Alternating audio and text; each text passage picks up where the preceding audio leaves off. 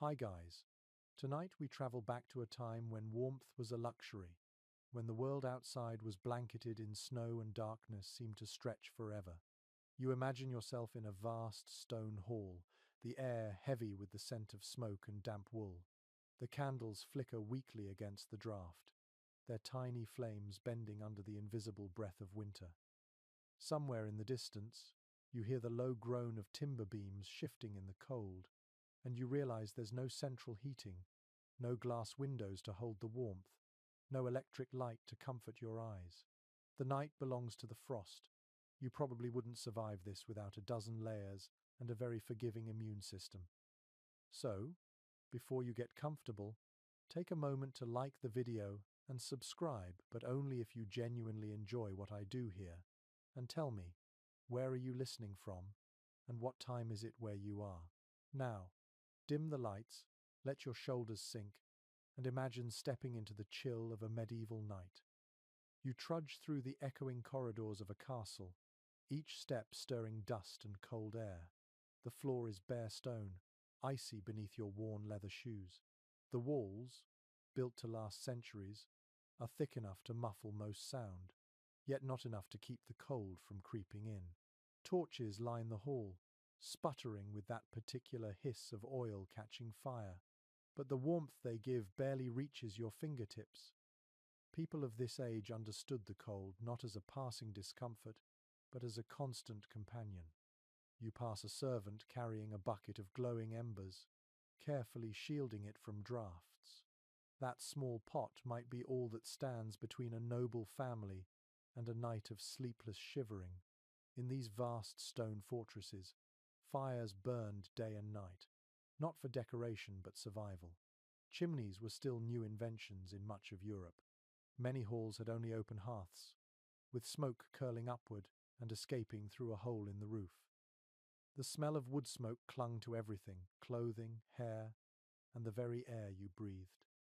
You might think castles were cozy havens, but even kings slept in rooms that could freeze water overnight. The thick walls held out invaders, not the cold. Without insulation, every gust of winter air seeped through cracks and arrow slits. Historians still argue whether the grandeur of castles ever compensated for their discomfort.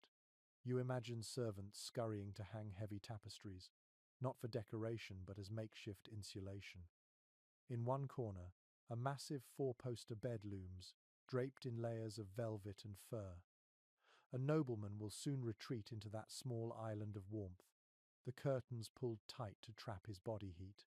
But even he will sleep with a woolen cap, for the air that escapes the covers will bite like frost. The rich and poor alike understood that night was a battle.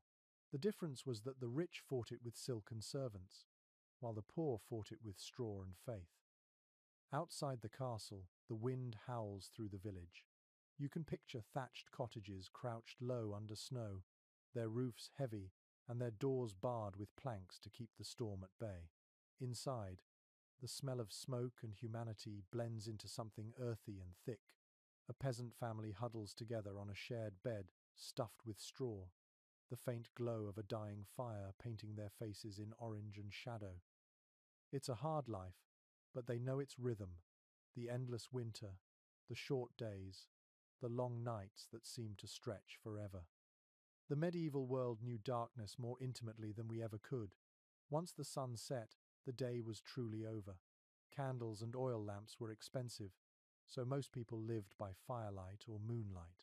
The night was both feared and respected, a realm of rest, prayer, and superstition. You can almost feel the way silence deepened after dusk, interrupted only by the crackle of fire or the occasional howl of a wolf. A quirky detail historians love to mention is how some castles built their staircases clockwise to give defenders an advantage. But that meant cold air spiraled upward, through the same stairwells. The chill that swept up the steps was like an invisible river. Servants sometimes slept in the corridors, simply to be close to the embers or to guard them through the night. Imagine them curled under cloaks, dreaming in fits, the sound of wind mixing with snores and muttered prayers. Every object around you serves the same purpose: survival. The wooden shutters, the woven rushes on the floor, the fur pelts on chairs. People used everything they had to create a buffer between their bodies and the winter's bite. Sometimes, even the animals played a role. Dogs, particularly small lap dogs, were kept close, not for companionship but for warmth. Some historians suggest noblewomen would place them in bed first, using them as living hot water bottles before slipping under the covers themselves. The scent of tallow candles fills your nose, thick and greasy, mixed with smoke from the hearth. You can almost taste the bitterness of it, feel the air clinging to your throat. Yet, there's comfort too. The fire flickers across stone, and the shadows dance on carved walls. You hear a lull in the wind outside, and for a moment, you sense why people found peace here despite the hardship. The darkness, the warmth of a small flame, and the quiet of a world asleep, it's a fragile balance that humans have always sought. You think of how easily we forget this struggle, our modern nights made bright and warm by machines. In the Middle Ages, winter shaped the soul. People learned patience, thrift, and endurance through those endless cold months. They watched the frost form on windowless walls, and they found beauty even there. It was a time when the stars seemed closer, when every spark in the hearth felt like a miracle. As you drift deeper into the story, you can feel that same ancient calm settling over you. The air is still cold, but now it's a familiar cold, one that reminds you that warmth means more when you have fought for it. The medieval world understood that lesson better than anyone. The night stretches on, the fire sighs, and you begin to sense the rhythm of an age long past a world asleep under a frozen sky. You step outside the castle walls and into the village, where the smell of wood smoke clings to the air like a second skin. The snow has stopped for now, but the world remains hushed, heavy, and brittle. Beneath the low thatched roofs, peasants curl together in their one-room cottages. You duck through a crooked doorway, and the scent of soot and damp straw greets you instantly. Inside, the only light comes from a small hearth in the center of the room, its flame barely alive, flickering over rough clay walls blackened by years of smoke. You can taste the air, dense and stale, a mixture of old meals, unwashed wool, and ash. You crouch near the fire. A woman sits on a three-legged stool, wrapped in a patched shawl, stirring something thick in a pot. Beside her, two children sleep in a corner, buried under a pile of coarse blankets and old clothes. A man lies nearby, his breath fogging faintly in the cold air. This is not comfort, but endurance. They do not expect to be warm. They expect to survive until dawn.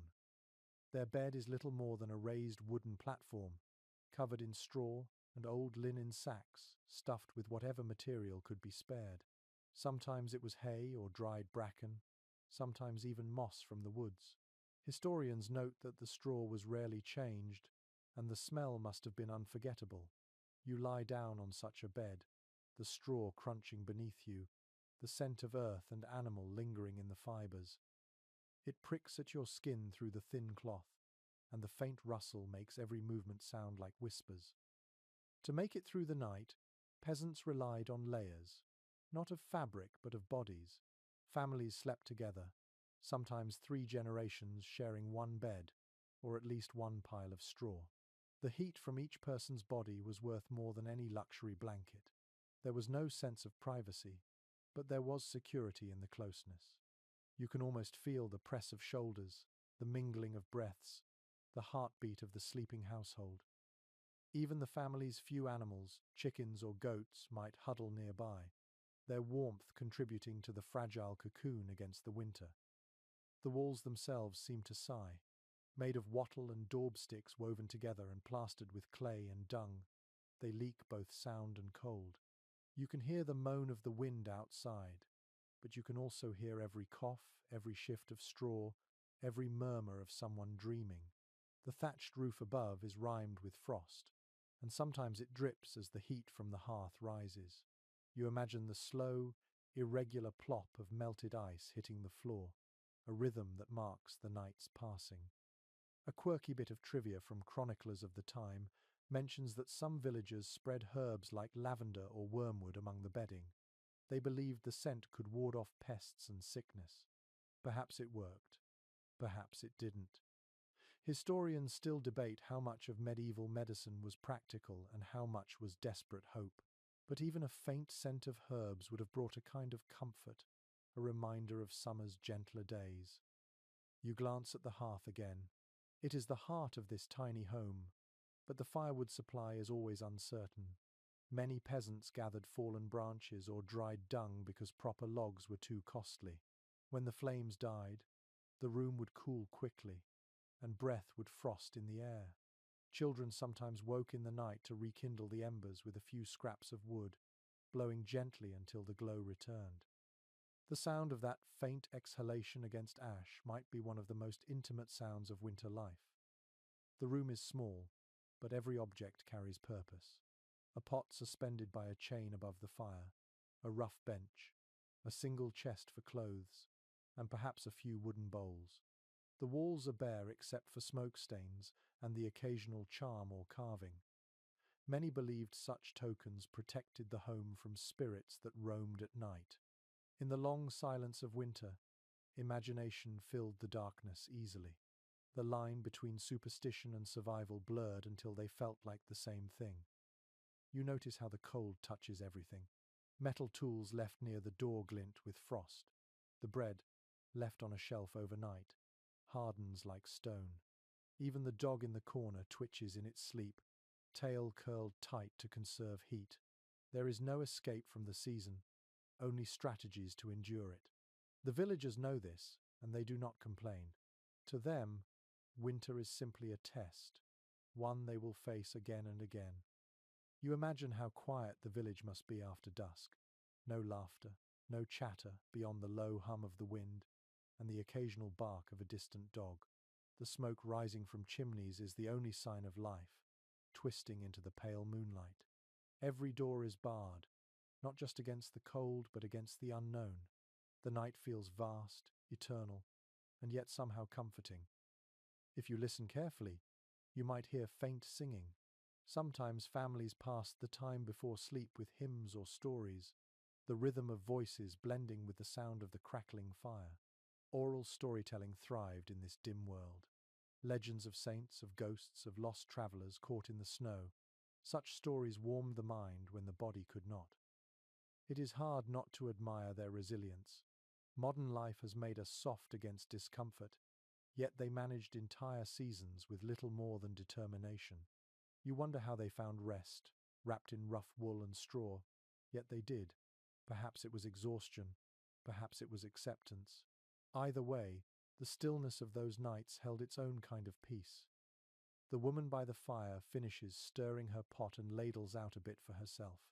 It smells faintly of barley and onion, thin but nourishing. She eats slowly, her breath steaming with each spoonful. Soon, she will climb into bed beside her family. The embers glow faintly as she settles in, pulling the worn blanket over her shoulders. Her eyes close, her face softens, and for a while, the winter ceases to exist. You sit beside her for a moment, listening to the rhythm of sleep around you. The fire crackles softly, the children murmur in dreams, and the wind presses against the walls. The world is still, caught between freezing and surviving, but here, in this fragile warmth, life continues, and so do you, drifting deeper into the slow heartbeat of a medieval winter night. You begin to notice something unusual about the rhythm of the night. After a few hours of sleep, you find yourself waking up, eyes blinking in the faint glow of embers. The room is quiet, yet alive with the soft movements of others stirring too. At first, it feels accidental, as though your body simply cannot rest through the cold. But in the medieval world, this was normal. People did not sleep through the night in one long stretch. Instead, they had what chroniclers called the first sleep and the second sleep, two distinct phases separated by an hour or two of wakefulness. Evidence from diaries, court records, and letters from across Europe reveals this curious rhythm. A peasant might rise after midnight, poke the fire, check the animals, or murmur a few prayers before returning to bed. A noble might read from a psalter or speak quietly with a servant. The night was not divided by fear but by habit. Sleep came in intervals, shaped by the natural patterns of darkness and the cold. You sit up on your straw mattress and watch the faint red light on the hearth. The air is sharp in your nose. A few others in the room have risen as well. One child whimpers, half awake, while an old man pulls on his cloak and steps outside to relieve himself. The snow glows faintly beneath the moon. This is the hour between sleeps, the calmest moment of the night when time feels suspended. A curious little note in some medieval medical texts suggests that this waking period was considered healthy. Physicians believed the body needed time to digest food or release vapors before resuming rest. Others thought it allowed the soul to wander freely in prayer or contemplation. You imagine sitting by the hearth with a mug of ale, the taste faintly sour but warming, and your thoughts drifting somewhere between dream and awareness. There is still disagreement among researchers about how universal this pattern really was. Some argue that it belonged mainly to rural communities whose daily routines followed sunrise and sunset. Others believe even city dwellers, with their candlelit homes, followed the same rhythm. Whatever the truth, the evidence is strong enough to suggest that this segmented sleep was not a rarity, but a part of life's ordinary pulse. You can picture it clearly now. The first sleep falls like a heavy blanket. People slip into dreams filled with the sounds of winter, of wind moving through eaves, of creaking beams and distant howls. Then comes the middle hour, when the fire has burned low and the body grows restless. Someone rises, throws another log on the coals, stretches stiff limbs, maybe whispers to a neighbor. Then, just as quietly, they settle back, surrendering again to the second sleep until dawn. In that twilight space between the two rests, people often turned inward. They prayed, recited psalms, or reflected on their sins and hopes. Some records from monasteries suggest that monks even timed their night prayers around this rhythm, calling it the watch. It was both a spiritual exercise and a necessity, for the cold demanded movement. To sit still too long was to invite numbness. There are even stories of lovers meeting during the middle hour, stealing moments in the soft darkness while the world slumbered. The cold may have frozen the land, but it could not quench curiosity or desire. One old folk tale speaks of a shepherd who left his bed during the watch and followed a strange light across the fields, only to find it was the reflection of the moon in ice. Whether true or not, such tales reveal how the mind played tricks when the body was caught between sleeping and waking. The scientific understanding of this pattern has fascinated modern researchers. When people are placed in complete darkness without clocks or artificial light, their bodies often revert to a similar cycle, sleeping for 4 hours, waking for 1 or 2, then sleeping again. It seems our ancestors were not strange, but rather perfectly attuned to the rhythms of the natural world. The industrial age changed that, compressing rest into a single stretch to match the demands of schedules and light bulbs. As you watch the room settle again, you realize how peaceful this rhythm must have been. There was time for dreaming, time for thought, and time for prayer, all folded neatly into the long winter night. No alarms, no rush, just the steady flow of human breath and flickering firelight. It was a conversation between the body and the dark. An odd little custom mentioned in some village records notes that people sometimes used this midnight waking to check on neighbors or even tend to small tasks, such as mending clothing or kneading bread dough to rise by morning. Life did not stop completely, even when the world was asleep. Perhaps that is why the cold seemed less cruel then. It was simply part of the rhythm. You lean back, the straw shifting beneath you, and close your eyes again. Outside, frost crystals glint faintly on the window frame. The faint crack of cooling wood echoes through the room. It is time to drift back into the second sleep, the one that carries you closer to morning. As you sink into it, you understand that in the medieval night, rest was not an escape from life, but a slow, breathing conversation with it. You wake before dawn, wrapped in a bundle of rough blankets that scratch your skin but keep you alive. The fire has burned down to a few red coals, and the air feels like the inside of a cave. Every breath fogs in front of your face, and your hands sting as you stretch them from beneath the covers. The first thought that passes through your sleepy mind is not about breakfast or work, but about warmth, how to keep it, how to make it last. In the medieval world, warmth was an art form. According to most historical records, people relied on layering not only for travel and work, but even for bed. Sleepwear was not the delicate luxury we imagine today. It was a fortress of fabric. You start with a linen shift or shirt, soft from repeated washing but often patched and worn thin. Over that, you pull on woolen hose that itch faintly but trap heat better than anything else. A cap for your head, gloves for your hands, even a scarf or kerchief tied snugly beneath your chin. The beds themselves became part of this system. You can feel it as you press your hand against the rough wool blanket, heavy and slightly damp from the night air. Above that, another layer waits, perhaps fur or thick woven cloth. Each sheet, each cover, each garment forms a barrier between your body and the cold world beyond. The poor might rely on coarse wool or patched rags, while the wealthy enjoyed linen sheets, feather mattresses, and imported fur throws. Yet the principle was the same. Trap every bit of heat you can. Archaeological findings from preserved homes and burial sites confirm that layering was central to winter survival. Even corpses were sometimes buried with multiple layers of fabric, suggesting the practice was deeply ingrained. It was not just fashion, it was instinct. You can almost hear the soft rustle of fabric as people bundled themselves in preparation for sleep, the faint sigh of comfort as warmth began to build beneath the weight of the covers. A curious note appears in a few medieval household manuals describing the art of the bed. Servants were instructed to layer the bedclothes in a specific order, the bottom sheet to absorb sweat, the middle for insulation, and the top to block drafts.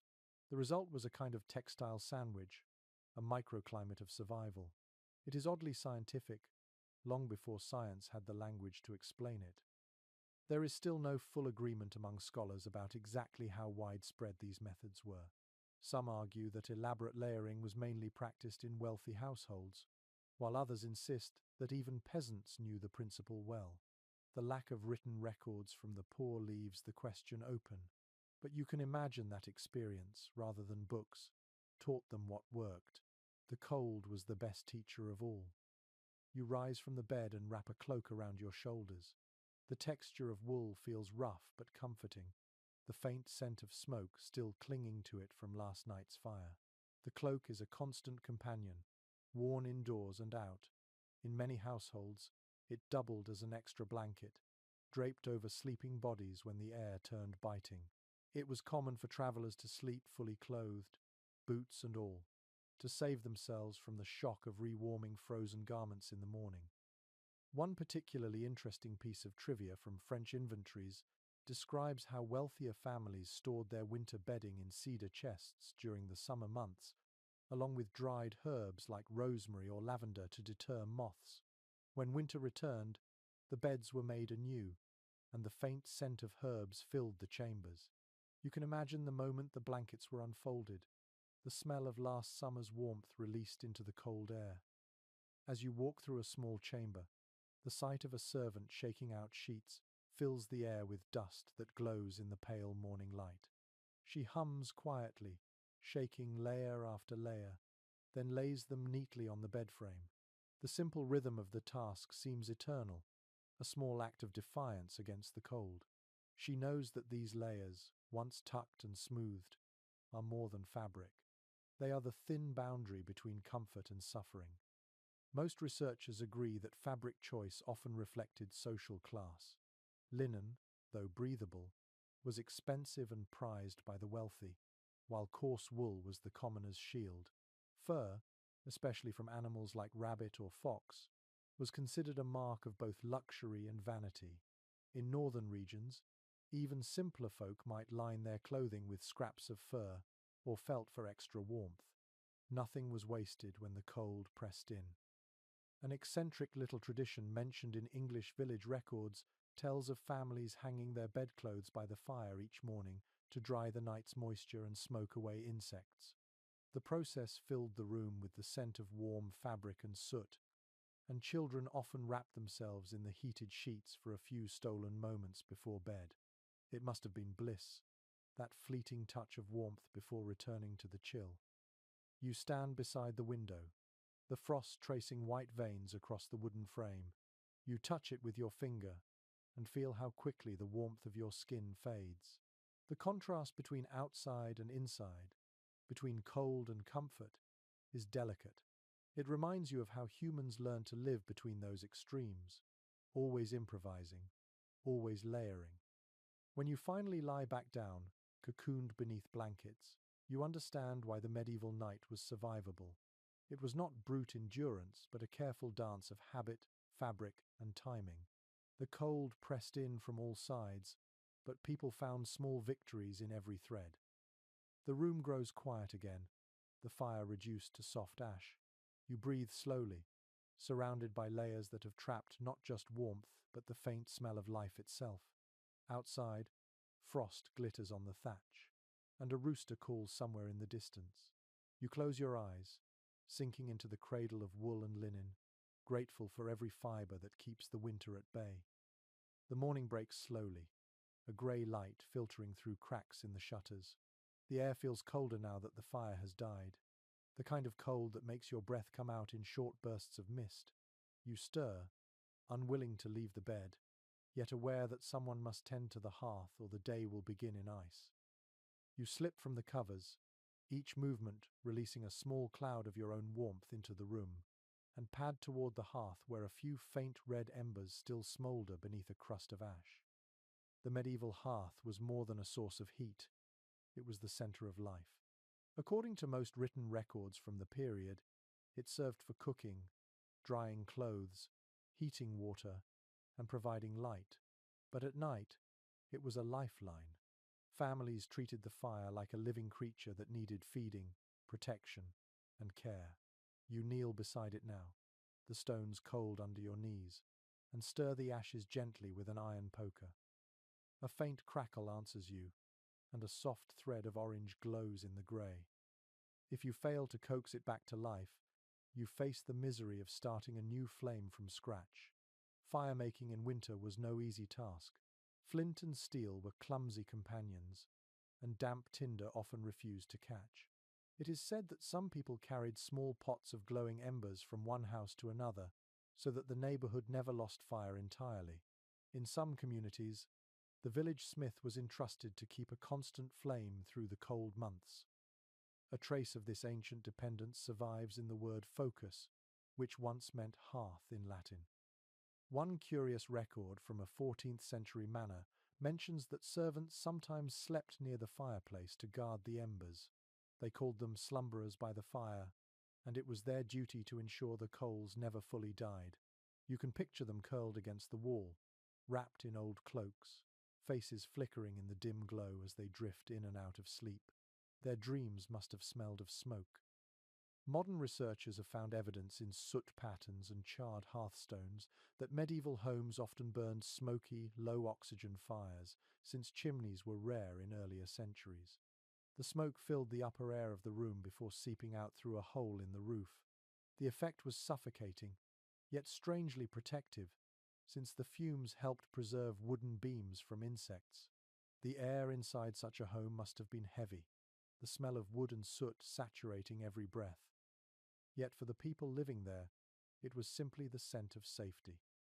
There remains some debate among scholars about how widespread the use of proper chimneys was before the late Middle Ages. Some argue they appeared in northern Europe by the 12th century, others claim they did not become common until the 15th. Either way, you can imagine the transformation when smoke finally had somewhere to go. A clear room must have felt like a luxury. But in this moment, in this peasant home, the air still swirls thick and grey, curling through the thatch and out into the pale sky.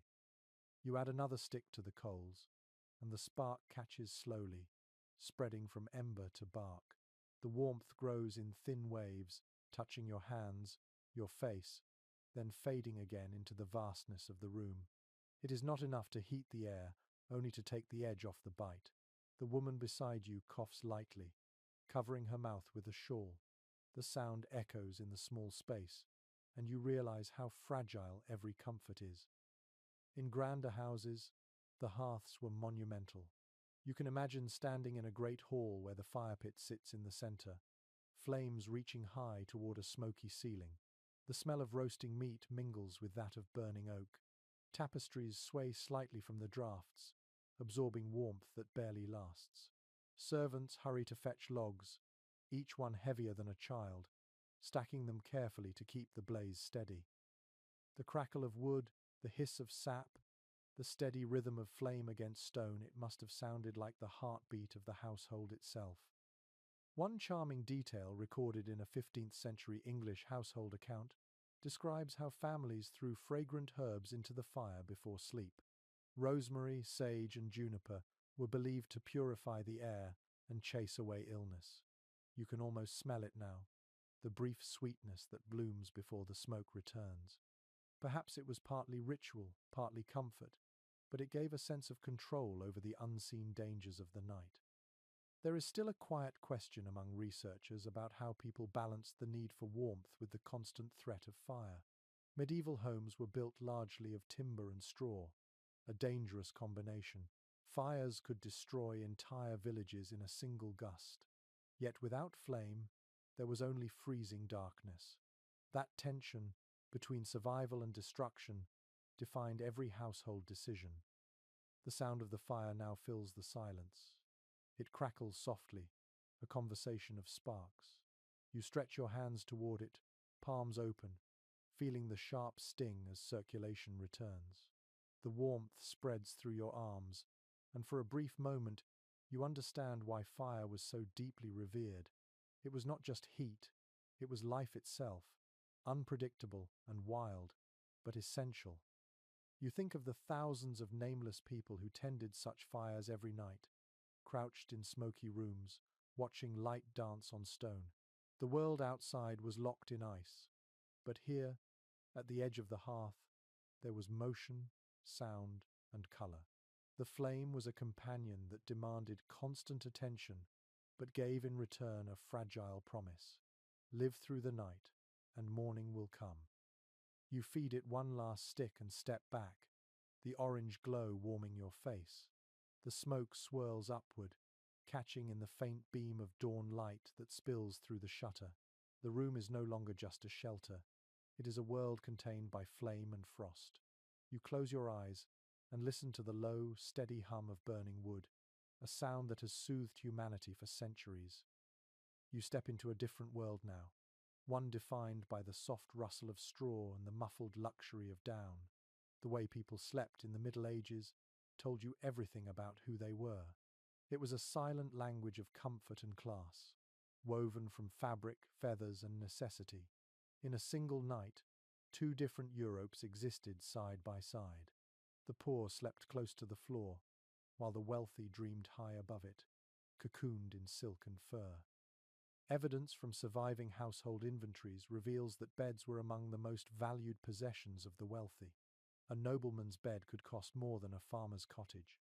Wooden frames were carved with symbols of status, and the mattresses were filled not with straw but with feathers from geese, ducks, or even swans. You picture the slow process of making such a bed, servants sewing linen casings, filling them carefully, then beating them until the feathers fluffed evenly. The result must have felt like sleeping on clouds, though even clouds grew cold in a stone castle. You lower yourself onto one of those imagined feather mattresses. The sensation is strange, soft but slightly uneven, the feathers shifting beneath your weight. The sheets smell faintly of lavender and beeswax, hints of wealth and cleanliness. Above you, a canopy of heavy fabric hangs like a tent, trapping the body heat of whoever sleeps beneath it. It is more than decoration, it is insulation. Curtains on all sides can be drawn tight to hold warmth, turning the bed into a small, private chamber within the room. According to several accounts by travelers of the time, These canopied beds often became the warmest places in an entire household. Servants or even guests sometimes slept at the foot of a master's bed to share the heat. The bed was not only for rest, but also a social symbol, a display of comfort and power.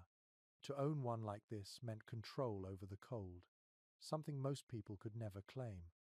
Down in the village, the sound of sleep is different. You lie back on a straw mattress again, feeling the scratch and crunch of the stalks through a rough sheet. The poor called it a palliasse, and if you were lucky, it was replaced once or twice a year. In truth, many peasants simply shook it out, removed pests by hand, and reused the straw until it crumbled. The smell of earth and sweat lingered, but it was better than nothing. Archaeological digs in medieval villages have revealed straw-filled mattresses preserved by time and fire. Some even contained herbs like pennyroyal and mint, mixed with the straw to discourage fleas. It is a small touch of ingenuity, one that speaks to the human instinct to make do with whatever nature provides. You can almost smell it, the faint sweetness of crushed leaves under the weight of a tired body. There remains disagreement among historians about whether feather beds were truly comfortable or more symbolic than practical. Some argue that they flattened quickly, leaving lumps and uneven patches, while others believe they were genuinely luxurious compared to the alternatives. What is certain is that maintaining one required both money and labor. Feathers had to be cleaned, fluffed, and replaced regularly. It was not a bed you simply made and forgot. A curious mention in a 14th century English will describes a woman leaving her best feather bed to her eldest daughter, along with its pillows, blankets, and curtains. Beds were heirlooms, treasures to be passed down, not mere furniture. Owning one was like owning warmth itself. In a world where most slept in shared quarters or even beside livestock, such private comfort bordered on the divine. You imagine the sound of the two worlds together, the faint creak of a noble's bed frame echoing in a quiet chamber, and the rustle of straw shifting beneath a peasant family a mile away. Both sounds are gentle, steady, a kind of nightly music of survival. No matter the softness of feathers or the scratch of hay, the rhythm of sleep unites them. A lesser-known custom among the poor involved sleeping with their heads slightly elevated, resting against rolled-up clothing or sacks, not pillows. It was thought to help with breathing in smoky rooms. In contrast, the wealthy used embroidered cushions filled with feathers, sometimes perfumed. The difference was not only comfort, but sent the smell of clean linen versus the smell of life. Most researchers agree that this contrast between straw and feather reflected more than wealth. It reflected the entire structure of society. The materials you lay upon at night were reminders of your place in the world. Yet for both rich and poor, the purpose was the same: to find warmth, to rest, to endure another dawn.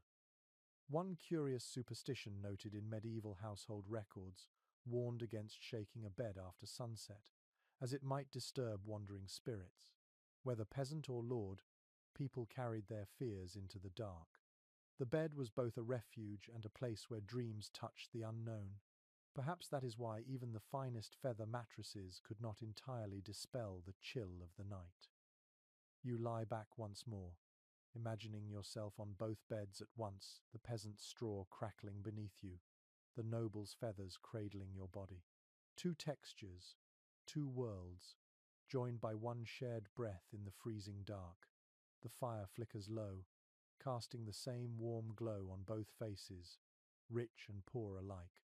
Sleep, in the end, is the great equalizer, and the cold is its constant companion. Outside, frost thickens on the ground, sparkling faintly under the moonlight. Inside, the beds creak, the straw sighs, and for a few hours, the medieval world forgets its hunger, its hardship, its endless winter. Everyone sleeps, each in their own way, wrapped in whatever comfort they can claim. The night deepens again, and you find yourself dressing for bed in a way that feels more like preparing for a journey than for rest. In the medieval winter, sleeping was not a simple act of closing your eyes, but a battle plan. You begin with your shift, the long linen garment that serves as both underwear and nightclothes. The fabric feels cool at first, then slowly warms as it clings to your skin. It smells faintly of lye soap and smoke, proof of hard washing and hard living. Most written descriptions from the period agree that few people slept unclothed, even the rich. To do so would have seemed indecent and foolishly risky in the cold. Instead, they layered themselves as though preparing for a frostbitten campaign. Men pulled on woolen hose and long shirts, women wore chemises and petticoats. Both often added extra tunics or shawls before settling into bed. Warmth, not modesty, was the guiding rule. You wrap a cloak around your shoulders and sit near the fire, feeling its heat seep into the cloth. When you finally crawl into bed, you keep the cloak on, folding it over yourself. The layers press down gently, a comforting weight. Your nightcap slips slightly over your ears, and you adjust it, tucking the fabric beneath your chin.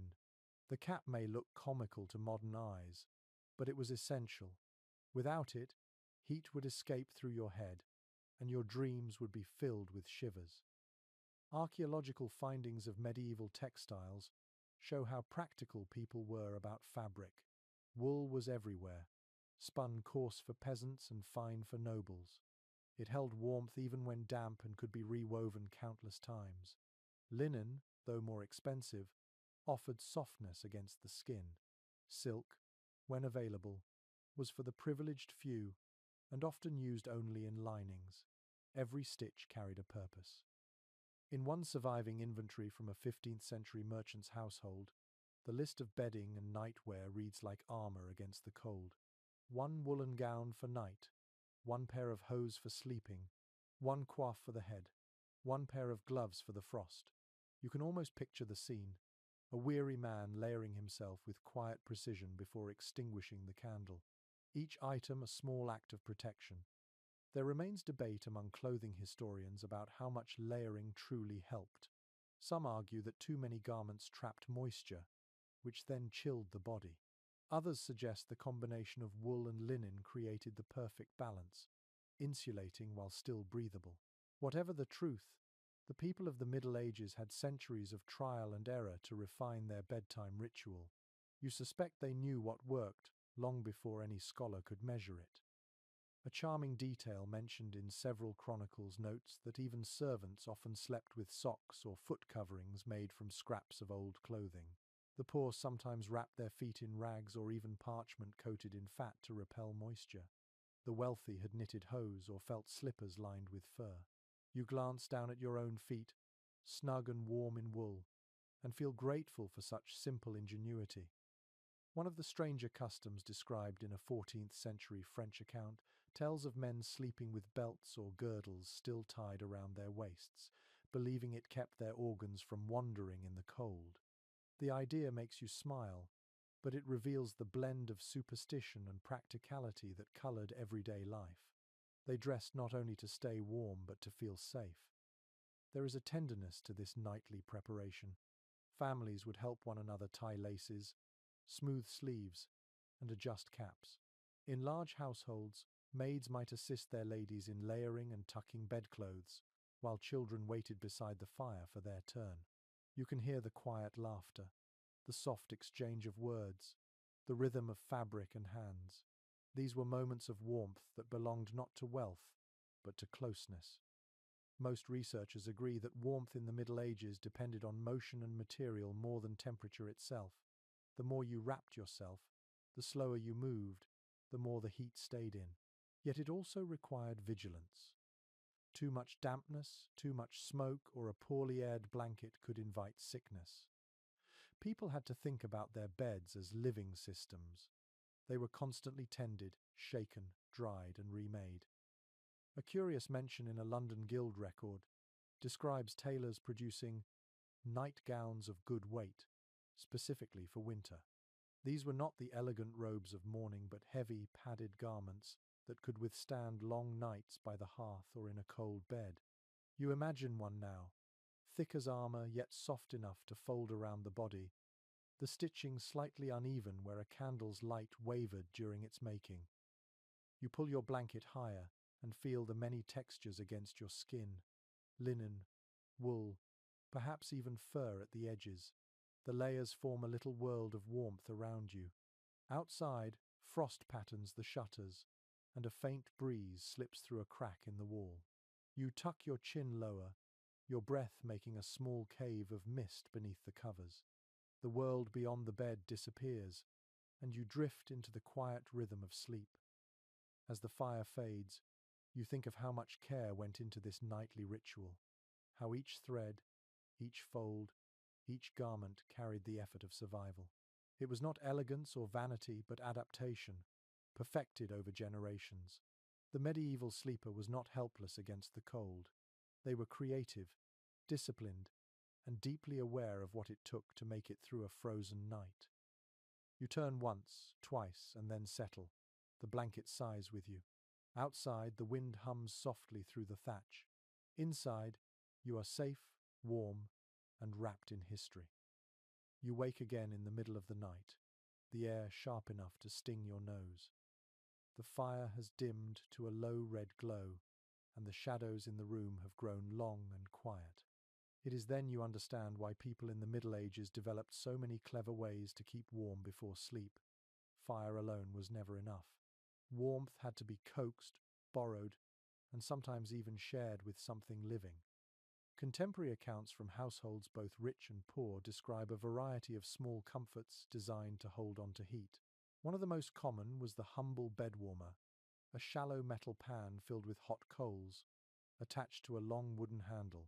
Servants would slide it between the sheets a few minutes before their masters climbed in, careful not to scorch the linens. The smell of hot metal and singed fabric often lingered in the air, a mingling of danger and luxury. In simpler homes, the methods were more inventive. Heated stones wrapped in cloth served the same purpose, tucked near feet or under blankets. Sometimes the stones were taken directly from the hearth, still crackling with heat. When placed at the foot of the bed, they radiated a steady warmth that lasted just long enough to lull the sleeper into dreams. You pick one up now, feeling its rough surface pulsing with the last traces of fire, and place it gently beneath the covers. The bed seems to sigh with relief. Written descriptions from monastic inventories mention the use of hot water flasks made from thick leather bladders or small clay bottles. These were filled with water heated over the coals, tied tightly, and slipped into the bed. The design may sound familiar. It was the ancestor of the modern hot water bottle. Monks, who endured cold stone floors and drafty dormitories, depended on such small inventions to survive the long nights of prayer and silence. A particularly odd note from a 15th century household manual advises warming not just the bed, but also the air around it by burning aromatic herbs. Bay leaves, juniper, and rosemary were thought to gladden the spirits and cheer the body. You imagine the fragrance filling a small chamber, mixing with the smoke and flicker of candlelight. It must have felt briefly like stepping into spring. There is still no firm consensus among historians about how widely such luxuries were used. Some argue that heated bedpans were found only in noble households, while others point to archaeological finds suggesting they also appeared in prosperous townsfolk homes. Whatever their reach, the idea of chasing the cold away before sleep was universal. No one, peasant or lord, was free from winter's grasp. And then there were the warmers that had a heartbeat. Tiny lapdogs, especially the toy breeds favoured by noble women, often served as living sources of heat. Their small bodies radiated warmth that lasted through the night. The animals were even given small blankets or cushions near their mistresses' feet. You can picture it, a lady in a grand canopy bed, smiling faintly as her dog curls into a ball beside her, both breathing in unison while frost creeps silently up the windows. In some regions, cats were given similar roles, though their independence made them less reliable bed companions. Rural folk often allowed them to roam freely at night, knowing that they would find the warmest spots on their own, often right in the middle of a sleeping body. The soft rumble of a cat's purr beside the fire might have been one of the few luxuries a peasant family enjoyed. An odd little piece of folklore from northern France mentions that keeping a dog or cat near your feet during winter sleep prevented evil dreams and the stealing of warmth by spirits. Whether believed literally or not, it gave people comfort. Warmth, after all, was more than physical. It was protection from the unseen. Most researchers today agree that medieval ingenuity with warmth reflects not just necessity but creativity. People adapted endlessly, turning household items into survival tools. A pot could be a stove, a cloak could be a blanket, and an animal could be a heater. It was a kind of quiet resilience born from centuries of endurance. You sit now beside a peasant hearth, watching a woman fill a small clay bottle with water. She tests it with her hand, then wraps it in a piece of wool and tucks it beside her baby. The infant stirs, sighs, and falls still again. The mother exhales in relief. Around her, the house hums with sleep. Even the cow in the adjoining stall seems to rest easier under the shared warmth of life. A traveller's account from the late 1300s tells of an inn where guests paid extra for a heated bed. The innkeeper's daughter would carry coals in a brass pan from room to room, leaving behind trails of light and the faint scent of smoke. You can imagine the anticipation of weary travellers, faces flushed from frost, watching her enter their room with that small promise of comfort. There is something deeply human about this ritual. The preparation for sleep becomes almost sacred, a choreography of warmth, care, and hope. The cold outside is relentless, but for a few hours, people carve out a pocket of gentleness in defiance. As you settle back into the warmth of your own bed, you think about how those same instincts survive today. We still tuck ourselves in, heat our rooms, and reach for something soft to hold against the chill. The difference is only in the tools. The longing for warmth, for safety, remains the same. The last glow from the hearth flickers once more before fading into the dark. You feel the weight of the blanket, the warmth of the stone beneath your feet, and the faint comfort of an imagined dog curled at your side. The wind whispers faintly outside, but it cannot touch you now. For tonight, you are safe inside this small circle of heat and history. The night feels heavier now, the air pressing down with the kind of cold that seeps through walls, through wool, through skin. You shift beneath your blanket, and for a moment you hear another person's breathing close beside you. It is soft and steady, the rhythm of someone deep in sleep. Then you remember where you are. In the medieval world, sleeping alone was rare. To share a bed was to share warmth, protection, and a little bit of life itself. According to letters and legal records from the period, bed sharing crossed nearly every social boundary. Servants often slept beside their masters, siblings with siblings, travelers with strangers. Beds were valuable, firewood expensive, and human heat the most reliable comfort of all. In a farmhouse, an entire family might sleep together on one straw mattress, limbs tangled, the air heavy with breath and the smell of wool. It was not considered strange or shameful. It was practical, and perhaps even comforting. You imagine yourself lying shoulder to shoulder with others, the closeness both awkward and familiar. The sound of breathing surrounds you, soft sighs and small movements. Someone turns over, the straw rustles, and a low murmur slips through the dark. There is a warmth that builds naturally, a cocoon made not of fabric but of people. The fire's faint glow lights the edges of faces, and for a moment, everyone looks peaceful. Chroniclers often described shared sleeping as ordinary life. A servant might spend years sleeping at the foot of a master's bed, rising with every command. Travellers at inns were frequently assigned shared spaces, strangers lined side by side. One 15th century innkeeper in York was even fined for allowing too many guests per bed, an early lesson in the limits of human tolerance. You smile at the image of tired travellers pretending not to notice the elbows or snores beside them. There is disagreement among modern historians about whether bed sharing was as constant as these accounts suggest. Some believe it was more common among the poor and in rural areas, while others argue it happened in all classes simply because heating was inefficient everywhere. But nearly everyone agrees that warmth was the central reason. To sleep alone in the cold was almost a luxury, and often a foolish one. A curious custom from Scottish households survives in old records describing box beds, wooden sleeping enclosures built directly into walls. Families could climb into these narrow compartments, close the shutters, and trap their collective heat inside. Children, parents, and sometimes even livestock shared the space. You picture the muffled sound of laughter, the mix of straw and wool, the faint smell of milk from the nearby cow. It was not comfort in our modern sense, but it was security. One traveller's diary from the 1300s recounts a night spent in a Breton cottage where the family insisted he share their bedding, lest the frost take his bones.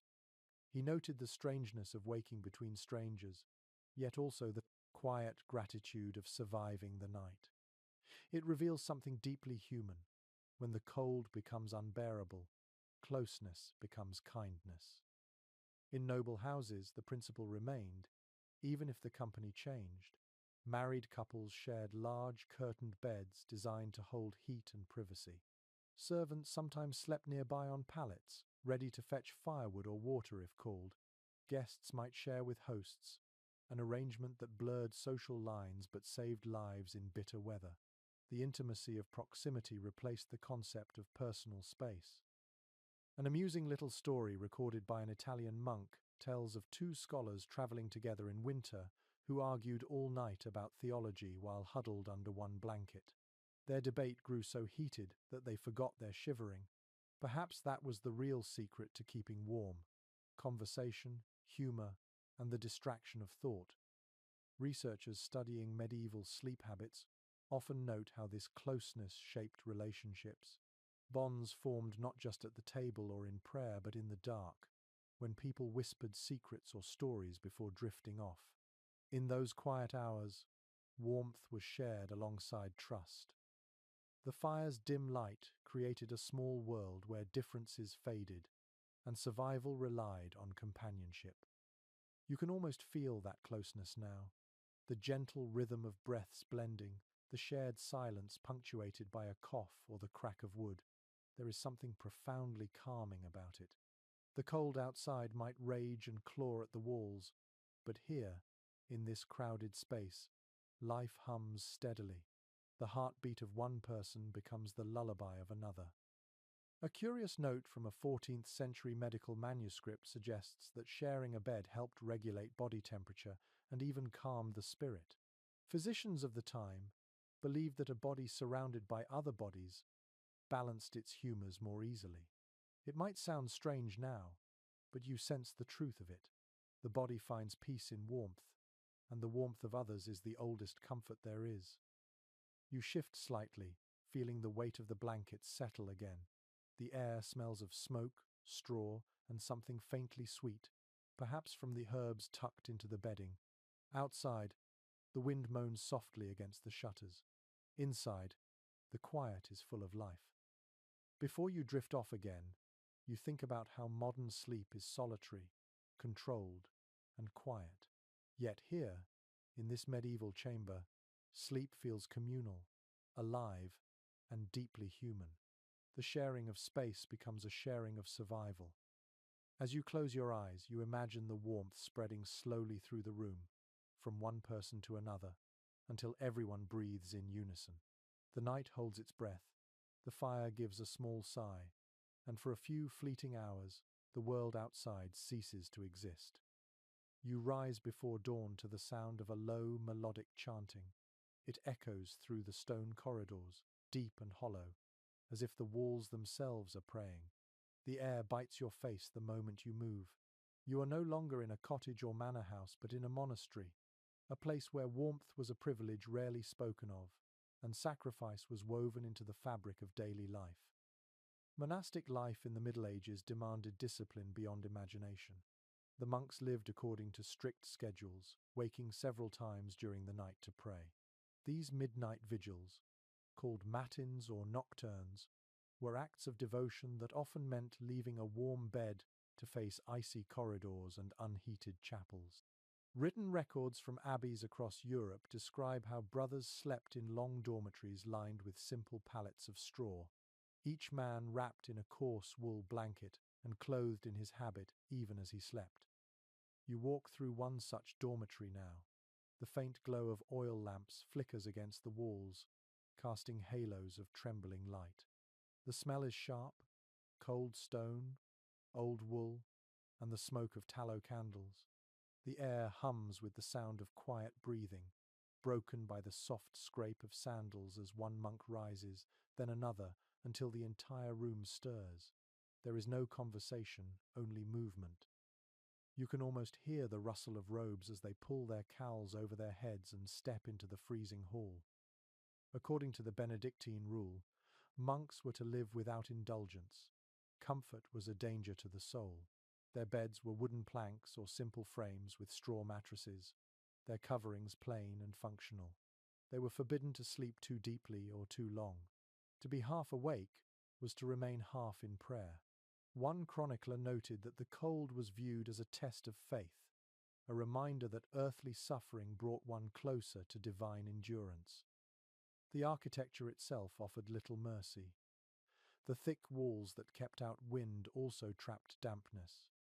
Moisture crept into the air, seeping through clothing, clinging to skin.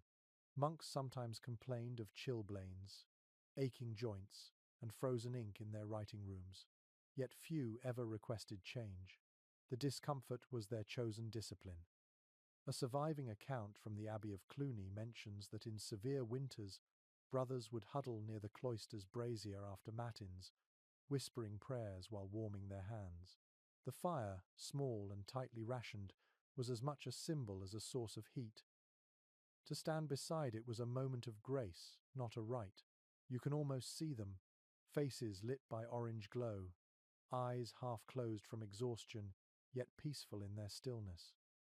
There is disagreement among modern scholars about how strictly these ascetic rules were followed. Some abbeys, especially wealthier ones, may have allowed modest comfort, woolen blankets, small fires in certain rooms, or extra coverings for the elderly. Others held to poverty so fiercely that monks slept in near darkness, breathing air cold enough to frost their robes.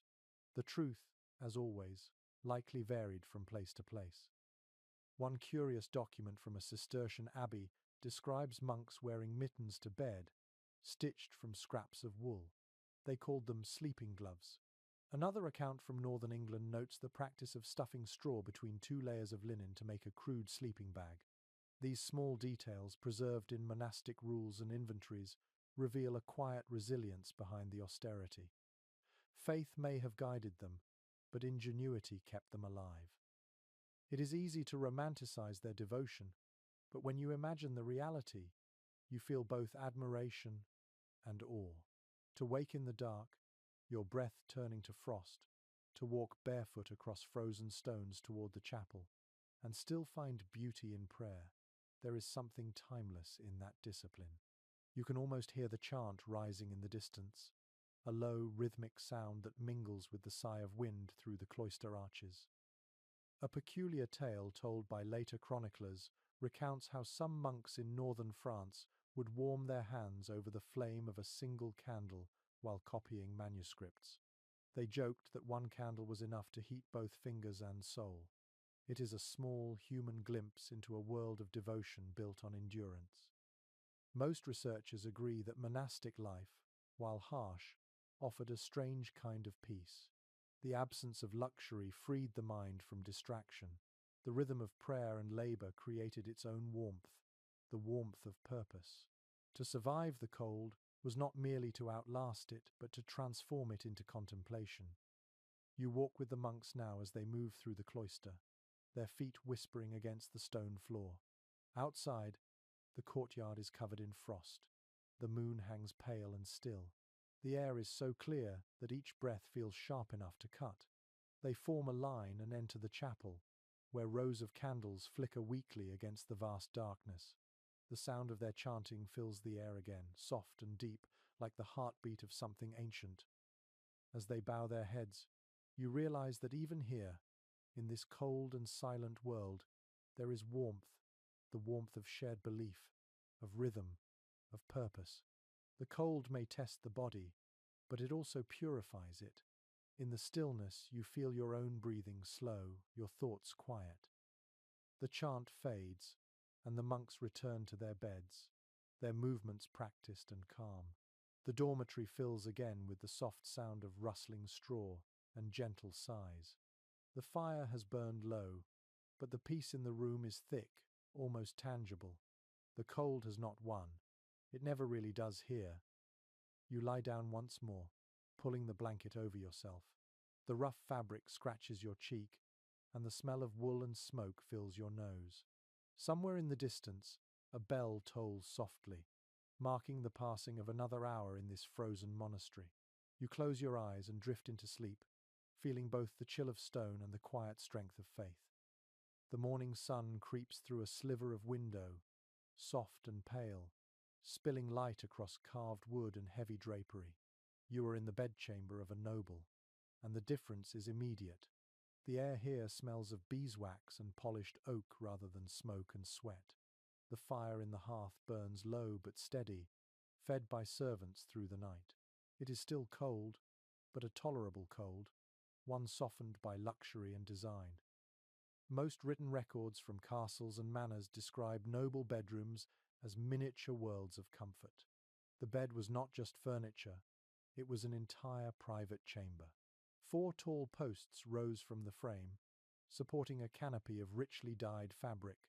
Curtains hung from all sides, thick and lined, ready to be drawn closed. Within that enclosed space, warmth gathered like a secret. You can almost feel it as you part the curtains and step into the small cocoon of air, faintly warmer than the rest of the room.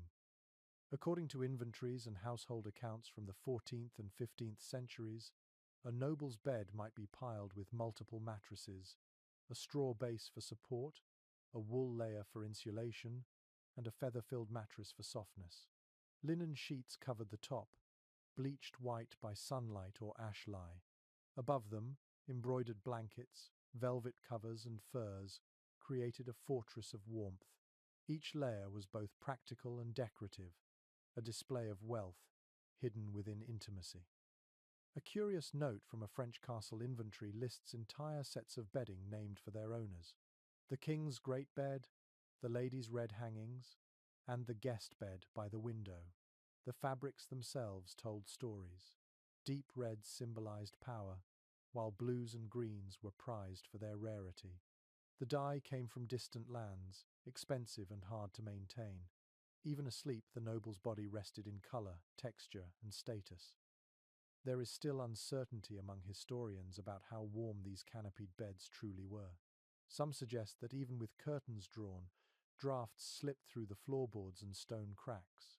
Others believe the enclosed design genuinely trapped heat, turning the bed into a personal climate. Whatever the truth, it represented a triumph of imagination against the cold. You can picture the flicker of a candle through the curtain, its golden glow casting long shadows on velvet folds. A delightful detail from a 15th century English letter describes a lady's bed as so well enclosed that the air within did keep my limbs from shivering. The writer goes on to mention that her maid had warmed her sheets with a brass pan filled with coals before she retired, leaving a faint scent of ash and iron. You can almost smell it now, the warmth of fire meeting the perfume of linen. The noble bedrooms were not silent. The crack of logs in the hearth, the soft flutter of fabric, and the muted steps of servants filled the air. Sometimes a lapdog shifted at the foot of the bed, letting out a sigh. Other times, the wind outside howled, but it was only a distant sound, muffled by layers of cloth and stone. Within these walls, the night belonged to peace and ritual. It was common for nobles to sleep with companions, though not always for company.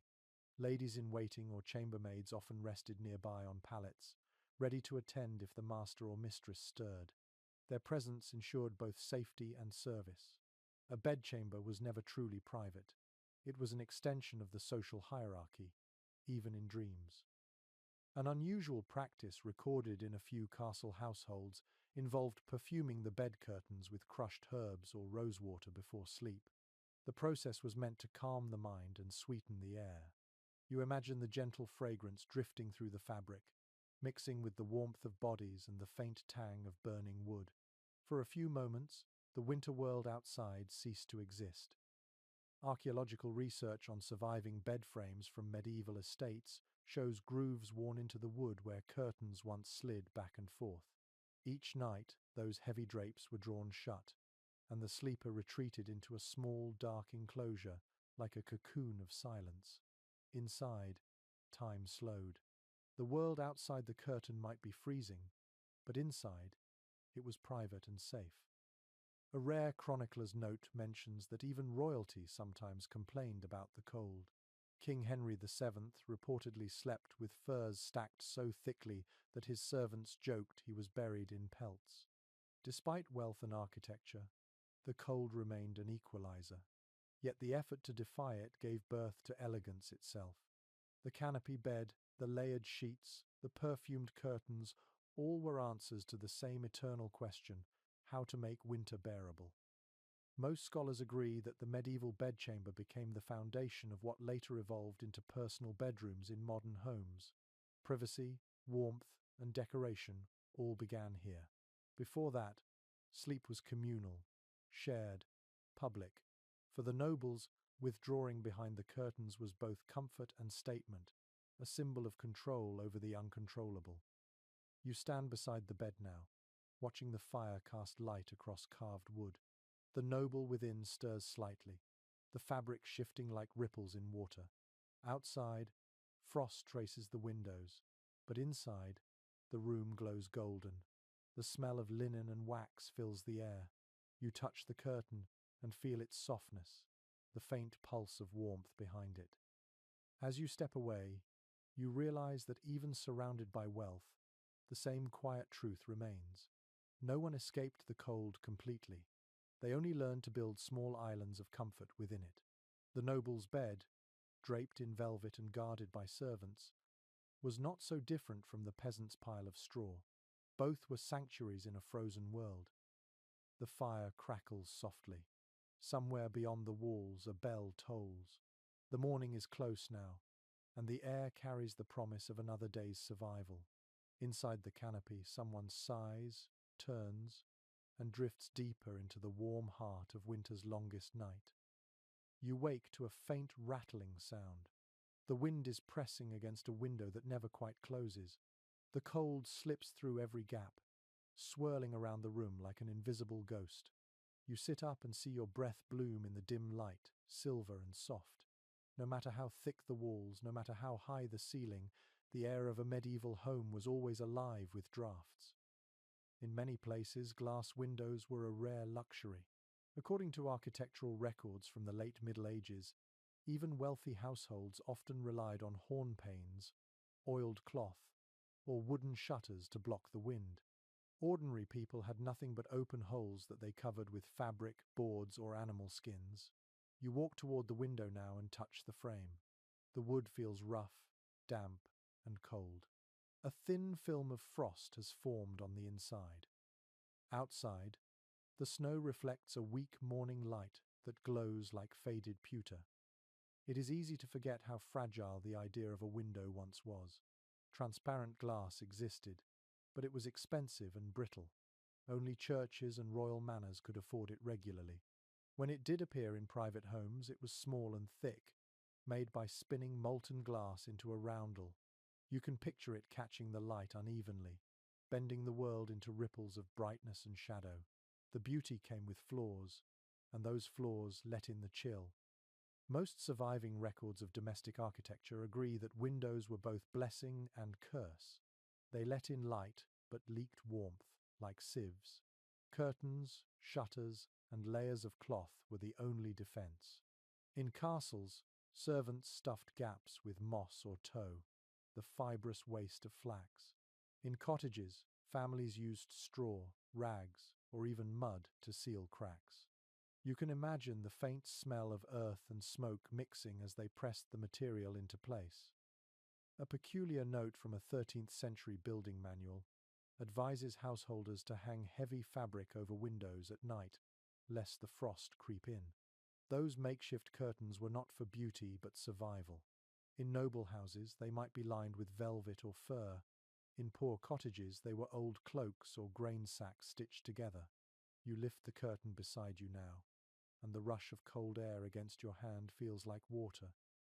There remains disagreement among researchers about how much light people actually wanted indoors during winter. Some argue that windows were kept closed and covered for most of the season to conserve heat.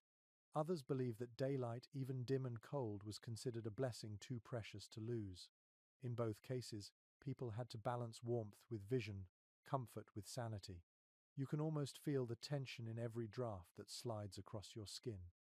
An odd little custom mentioned in English household records describes people warming their window coverings near the hearth before hanging them at dusk. The heat stayed trapped for a short while, delaying the inevitable cold.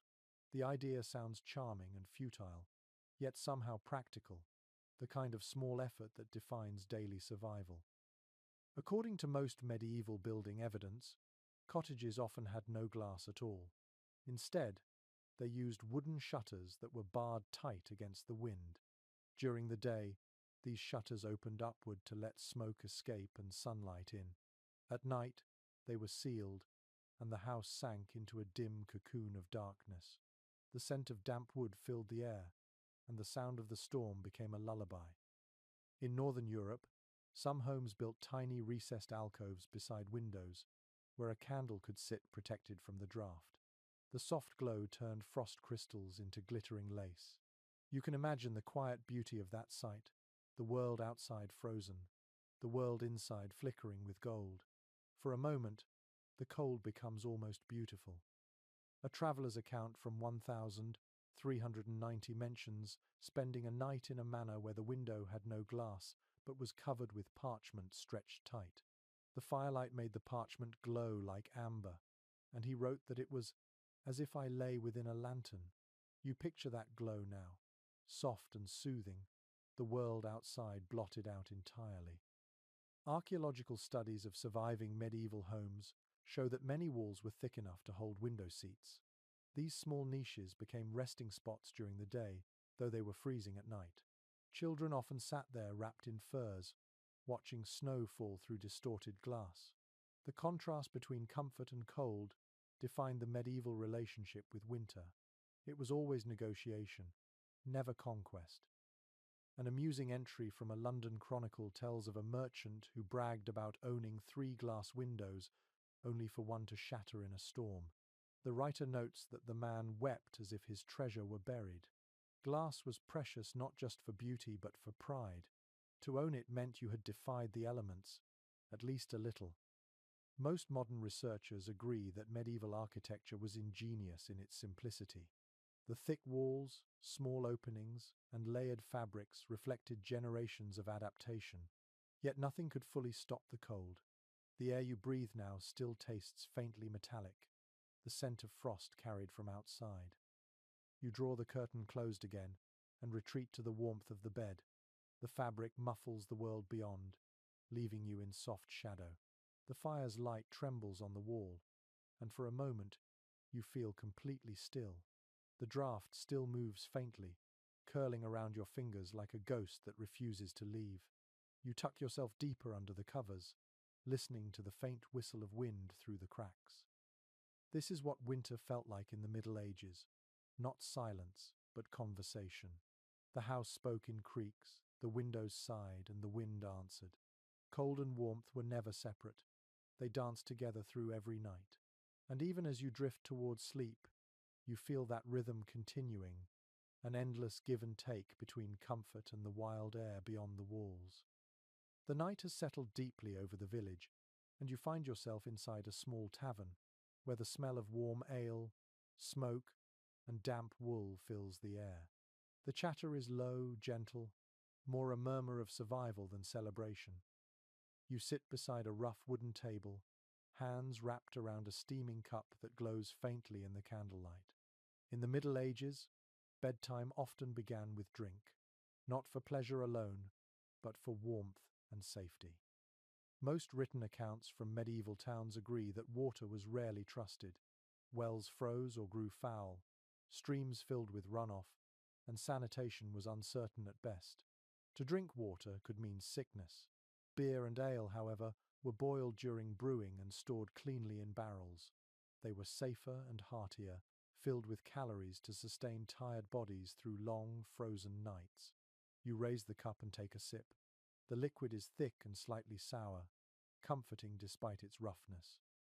According to tavern records and household guides, ale was often brewed weekly in homes, especially in winter. Each batch was cloudy, low in alcohol, and consumed quickly before it spoiled. The scent of yeast and grain-filled villages, drifting through doorways and mixing with smoke from chimneys. For many, it was the last warm thing they tasted before sleep. An interesting note from a London alewife's ledger lists ingredients not only for brewing but for night comfort: cloves, cinnamon, and honey added to ale and warmed by the fire. The result was what we might now call spiced beer or mulled ale, meant to soothe throats and fight chills.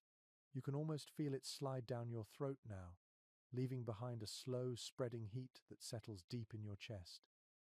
There is debate among modern historians about how widely such spiced drinks were enjoyed.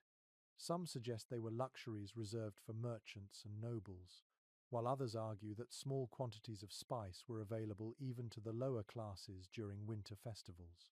The truth likely lies somewhere between: a taste of warmth reserved for special nights, shared by all when fortune allowed. In noble houses, the evening drink might be wine instead of ale, often mulled with sugar, pepper, or nutmeg. Chronicles describe servants carrying cups of steaming wine to their masters' bedchambers as part of the nightly ritual. It was thought to promote restful sleep and ease the joints. Physicians of the time even recommended sweetened wine at the hour before retiring to balance the body's humours. You can picture it: a lord reclining by the fire, cup in hand, the liquid glinting red in the candlelight while frost gathers outside his window. A curious habit from some monasteries involved drinking posset, a mixture of hot milk, ale, and herbs. It was used as a nightcap, a comfort, and sometimes as a medicine for sleeplessness. The texture was thick and strange, but monks swore by its ability to chase away the cold. One chronicler even joked that a warm posset calms both body and soul, and quiets the devil that dwelleth in empty stomachs. According to archaeological findings of medieval kitchenware, mugs and cups used for these drinks were often heavy and thick, made of clay or pewter to hold heat longer. You hold one in your hand now, feeling the warmth seep slowly through the cup, the rim rough against your lips. Around you, others do the same, each finding comfort in the same ritual. An amusing observation from a 14th century visitor to England noted that the English drink often, and yet they do not fall for the drink but for the cold. Perhaps he was right. In a world without central heating, the warmth of ale or wine was as necessary as the warmth of a fire. To drink was to survive. Most researchers agree that drinking before bed was more than indulgence. It was practical. The body relaxed, blood warmed, and sleep came easier. Even children were sometimes given watered-down ale or warm cider before lying down, a habit that blurred the line between nourishment and comfort. A charming household tip from a 15th century herbal manual suggests adding a pinch of ground ginger or a drop of honey to bedtime ale for pleasant dreams. Whether it worked or not, it gave the illusion of care, a small act of hope before the long, cold sleep. You sit quietly now, watching the tavern slowly empty. One by one, people finish their drinks, gather their cloaks, and step into the snow. The air outside bites, but their bellies glow with the warmth of malt and spice. The last embers in the hearth crackle softly, painting the walls in flickering amber light. You drink the final sip, the warmth lingering on your tongue.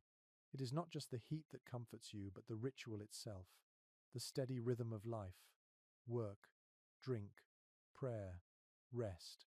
The tavern keeper wipes the tables, the fire sighs, and the wind hums faintly through the cracks in the door. As you step out into the night, the cold wraps around you instantly. Yet it feels softer now, gentler, as if the heat inside your chest has built its own small flame.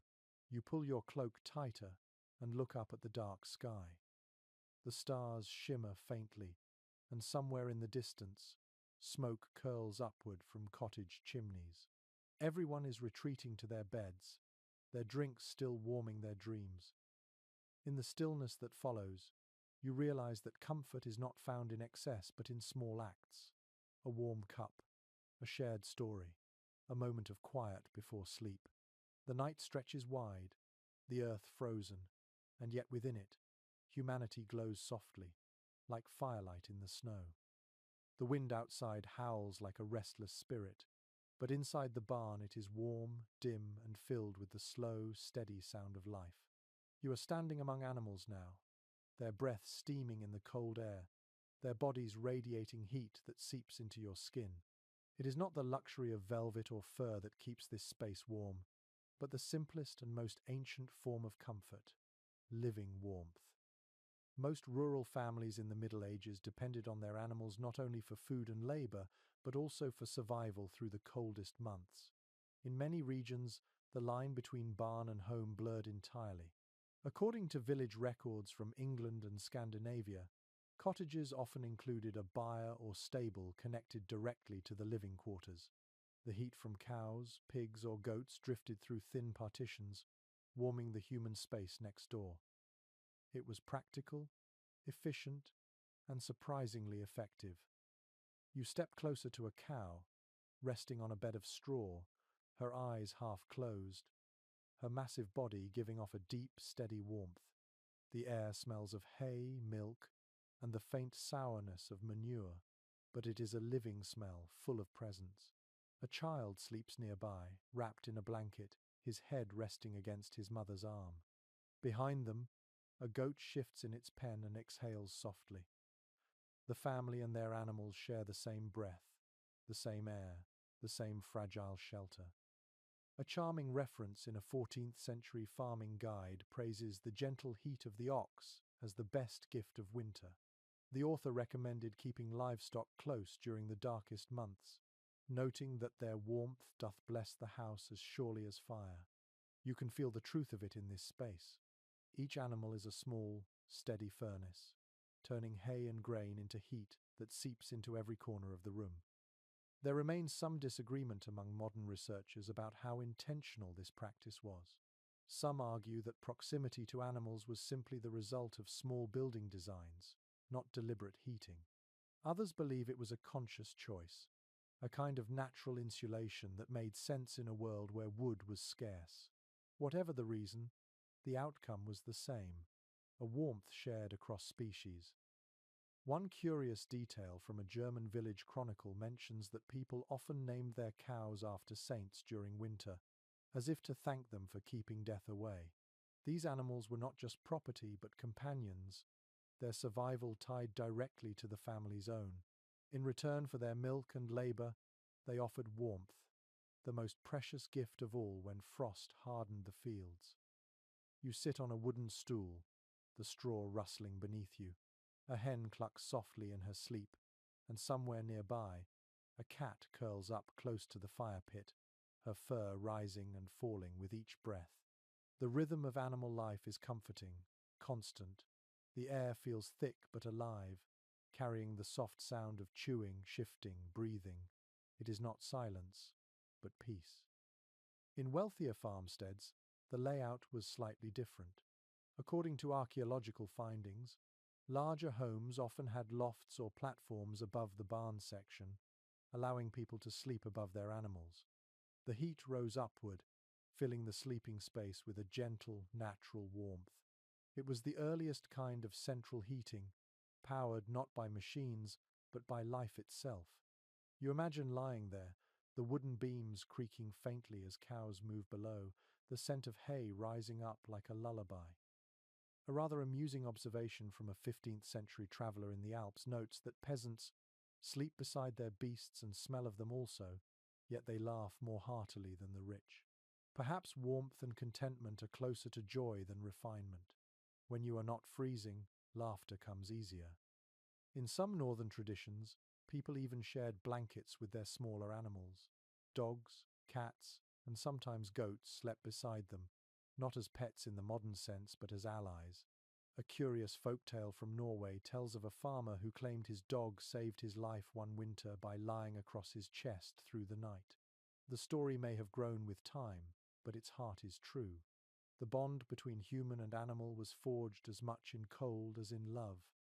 Most researchers agree that medieval people viewed warmth as a communal experience rather than a private one. Whether it came from family, animals, or shared firelight, heat belonged to everyone in the household. It was not divided but pooled, like water from a single well.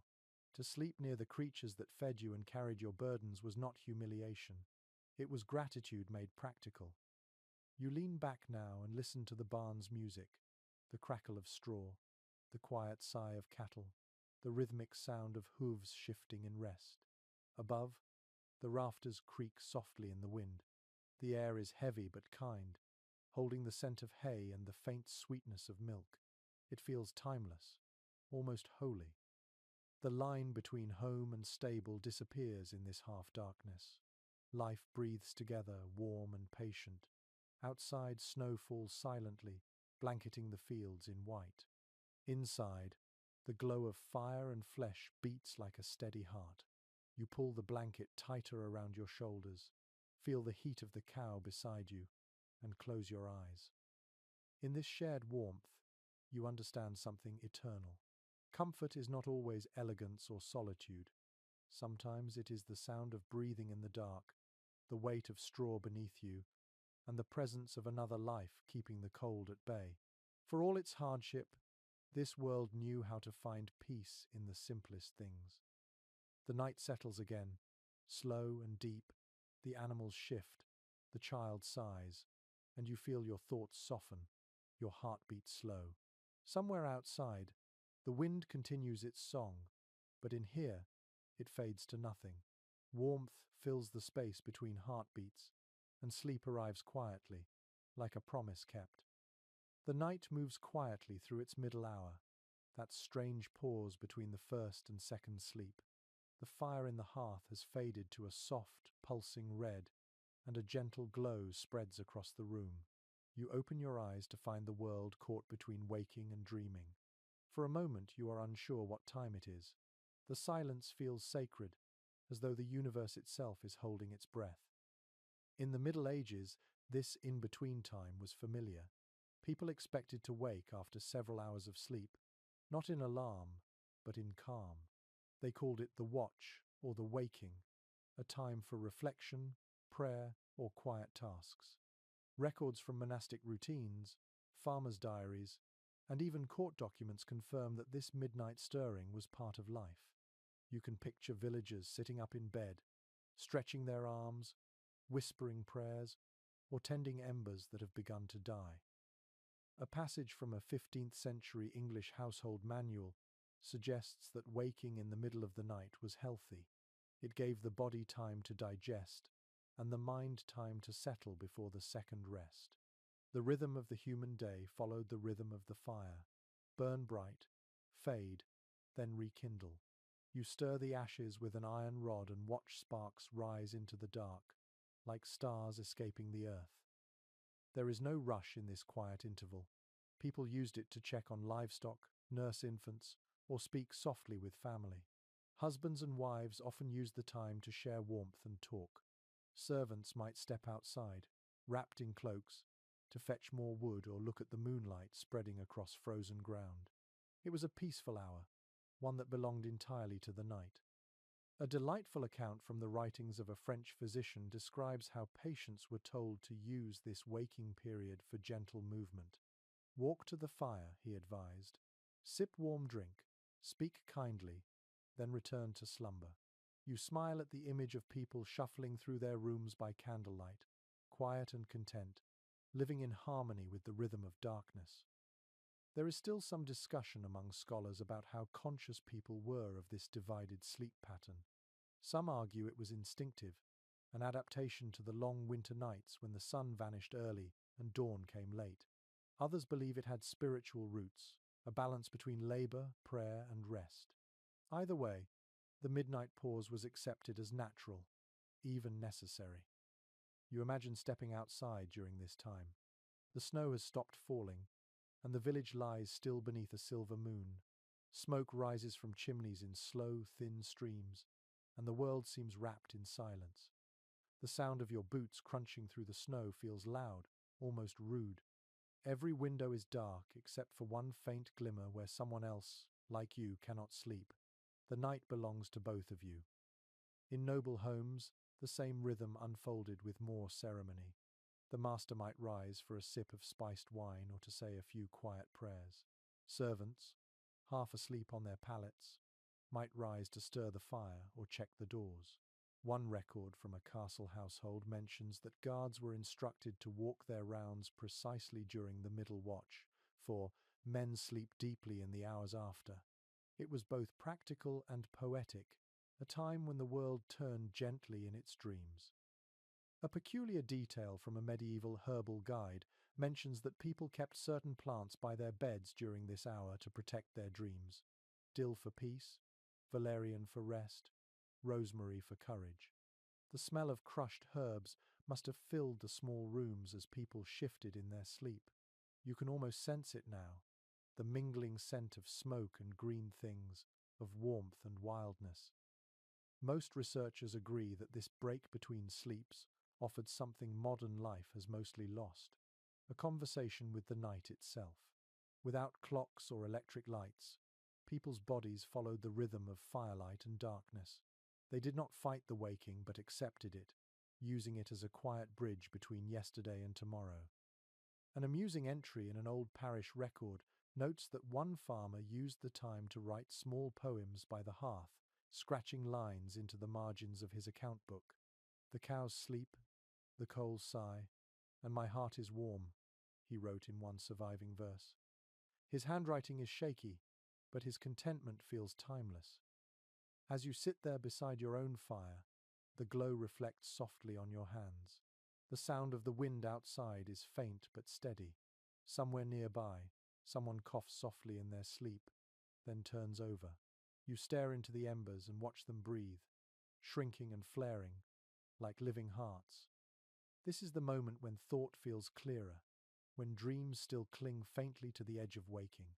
People of the Middle Ages did not rush through it. They sat with it, let it settle around them like another kind of warmth.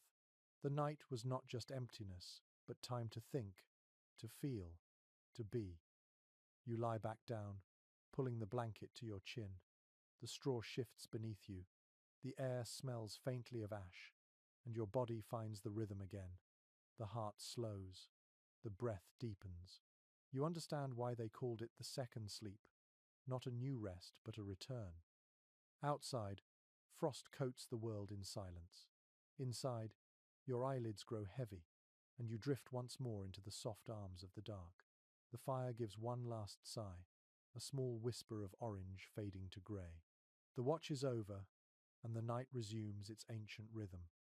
You wake again before dawn, your body caught somewhere between dream and memory. The fire has gone out completely now, leaving only the faint smell of ash and smoke in the air. The room is silent except for the slow, steady breathing of others. It is during this stillness that dreams linger longest, half-formed shapes that fade only when the first hint of light appears. In the Middle Ages, this fragile border between sleep and waking was a world filled with mystery, fear, and faith. Medieval people believed that dreams carried meaning. They were not random flickers of the mind, but messages, warnings, or glimpses from another realm. Records from physicians, priests, and poets alike show how deeply the night world fascinated them.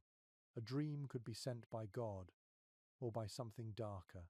People prayed before bed not only for rest, but for protection from troubling visions. You whisper a short prayer yourself now, as they once did. "Let no evil visit my sleep." According to written collections of dream lore, such as the medieval dream books, interpretations were both detailed and imaginative. To dream of water meant change. To dream of fire meant danger or passion. To dream of warmth signified God's favor, while ice and snow foretold hardship or loss.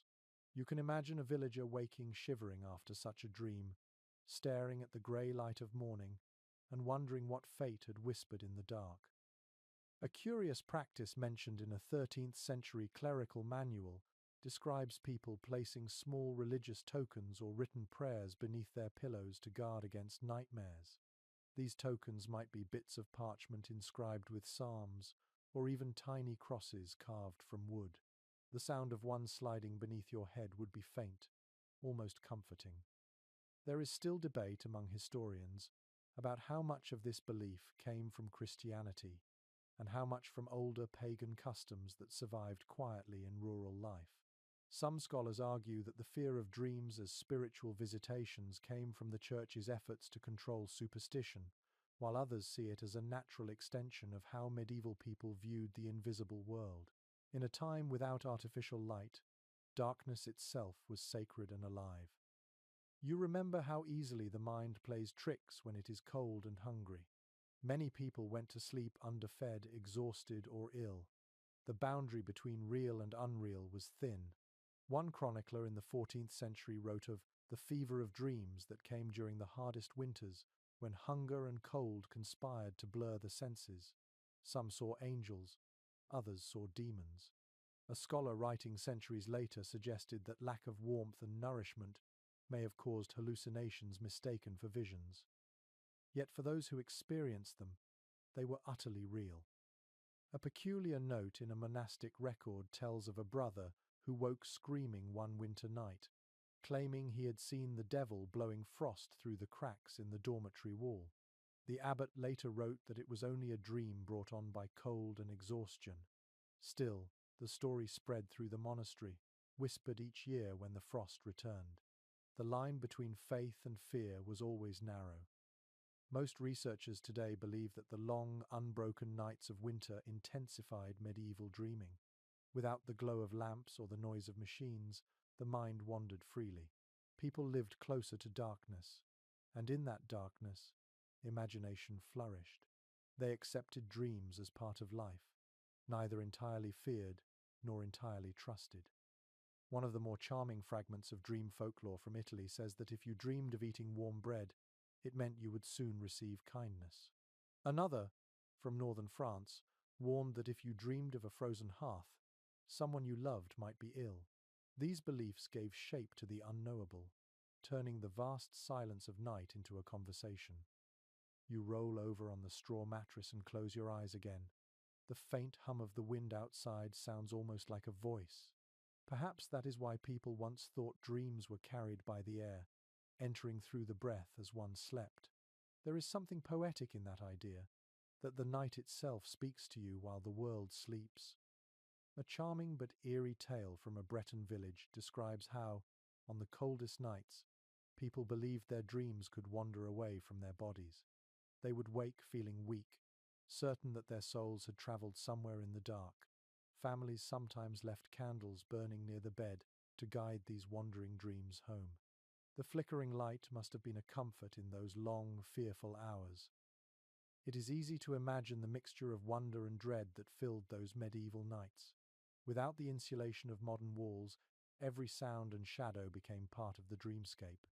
The moan of wind through the chimney, the scratch of rats in the straw, the hiss of snow against shutters, all of it blurred into the texture of dreams. You can almost feel it now, the fragile veil between sleep and waking, between warmth and cold, between fear and faith. You breathe slowly, watching the faint mist of your breath rise into the air. The darkness around you is deep, but not unfriendly. Somewhere, someone murmurs in their sleep. Perhaps they are speaking to a vision, perhaps only to themselves. In the end, you realize that dreams were the one place where everyone in the Middle Ages could be equal. Peasant or noble, monk or queen, all closed their eyes and entered the same uncertain world. Their visions were born from the same darkness, their fears from the same cold. And when morning came, they all woke the same way, reaching instinctively for the warmth of the fire, the sound of a familiar voice, the comfort of knowing they had survived another night. The horizon outside begins to pale slightly, a hint of dawn brushing against the edges of the window. The dreams fade with it, leaving only the soft ache of memory. You close your eyes once more, not to sleep, but to listen to the silence, to the breath of the sleeping world, to the gentle promise that light is coming. The morning rises slowly, a dull silver light creeping across rooftops and frozen fields. The frost has settled thick on the ground, glinting faintly like powdered glass. You step outside and feel how the air changes between the countryside and the narrow lanes of a medieval town. The cold is the same everywhere, yet it behaves differently depending on where you stand. In the village, it smells of soil and wood smoke. In the city, it carries the sharp tang of stone, refuse, and coal dust. Most surviving descriptions from the period show that winter felt harsher in towns. The buildings trapped wind in narrow alleys, turning every street into a corridor of drafts. Stone walls absorbed the chill during the night and released it slowly during the day, keeping everything perpetually cold. The countryside, by contrast, had open space and more direct light. The air moved freely. It was cleaner, even if it bit harder at dawn. According to household accounts from medieval London and Paris, urban homes struggled to retain warmth. Fires burned constantly, but chimneys were poorly built and often leaked smoke into the rooms. The smell of soot clung to everything: clothes, bedding, even hair. You can picture a family gathered in a single room, sitting close to the hearth, their faces lit orange while their backs shiver in the drafts. In the background, you might hear the rattle of carts on cobblestones and the faint barking of dogs. Archaeological studies of surviving rural cottages tell a different story. These homes were built of timber, daub, and thatch, materials that breathed rather than trapped moisture. They were smoky and dim but slightly warmer once a fire had been going for several hours. The walls were thick with earth and straw, and the floors were often covered in rushes. The scent of hay and hearth smoke mingled into something earthy and familiar. One curious note from a 14th century English traveller remarks that the countryman lies warmer though poorer, for his house is small and his fire is near. There is truth in those words. Space was the enemy of heat. A grand hall looked impressive, but its high ceilings swallowed warmth faster than servants could pile logs. A cottage, for all its roughness, could feel like a nest. There is still discussion among historians about which environment was truly harder in winter. Some argue that the countryside, with its isolation and lack of supplies, posed the greater danger. Others claim that the crowded filth of cities, where illness spread easily and coal smoke poisoned the air, was far worse. Either way, survival depended on adaptation, not wealth. A charming but revealing anecdote from a Flemish merchant's diary tells of his visits to rural inns during winter. He complained that the peasants sleep beside beasts, yet their rooms are kinder than the stone chambers of town. The warmth of straw and company outweighed the dignity of brick and mortar. You can almost hear his reluctant admiration beneath the complaint. In cities, winter nights brought other sounds: the creak of shutters, the cry of night watchmen, the distant toll of bells marking each hour. People slept lightly, their dreams broken by noise and the smell of smoke drifting through open flues. In villages, the same darkness was quieter but more alive with natural sound.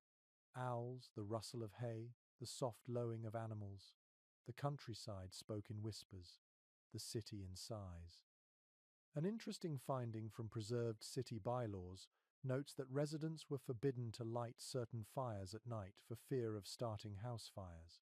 As a result, many urban dwellers went to bed early, relying on layers and heavy bedding instead of heat. Rural families, on the other hand, could keep their hearths burning longer without fear of inspection. The glow of a farmstead at midnight must have been a small miracle against the endless dark. Most researchers agree that both environments shaped how people viewed comfort. In the city, warmth was a rare luxury purchased with fuel and labor. In the countryside, it was earned through constant tending of fire and animals. Yet both worlds shared the same rituals wrapping in wool, sleeping in groups, praying for dawn. A curious architectural practice in northern towns involved hanging thick tapestries, not only for decoration, but to block drafts from stone walls. These woven scenes of knights and saints served as both insulation and art. In smaller homes, the same principle survived in humbler form. Blankets hung across doorways, straw pressed against cracks. Every fibre mattered. You walk now through a medieval street, your breath fogging in the cold. A baker opens his shop, the warmth spilling into the lane. The smell of bread mixes with the odour of coal and ash. People move slowly, wrapped in cloaks, their feet crunching frost-covered mud. The city wakes reluctantly, as if unsure whether it wants to face another day of winter. Beyond the walls, the countryside glows faintly with dawn. Smoke curls upward from thatched roofs, and the frozen fields shimmer under the first light. Somewhere, a farmer cracks ice from a trough, his hands red with cold. He pauses, breathes into his palms, and smiles faintly. His world is rough, but real, grounded in the rhythm of earth and fire. It is easy to imagine the tension between the two worlds, the bustle of stone streets versus the stillness of open fields. Both endured the same cold, but in different languages.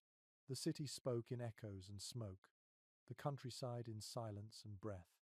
You turn toward the horizon, where the sky begins to glow pale gold. The frost catches the light, and for a moment everything looks equal. City towers, village roofs, distant hills, all shimmer under the same frozen Sunday.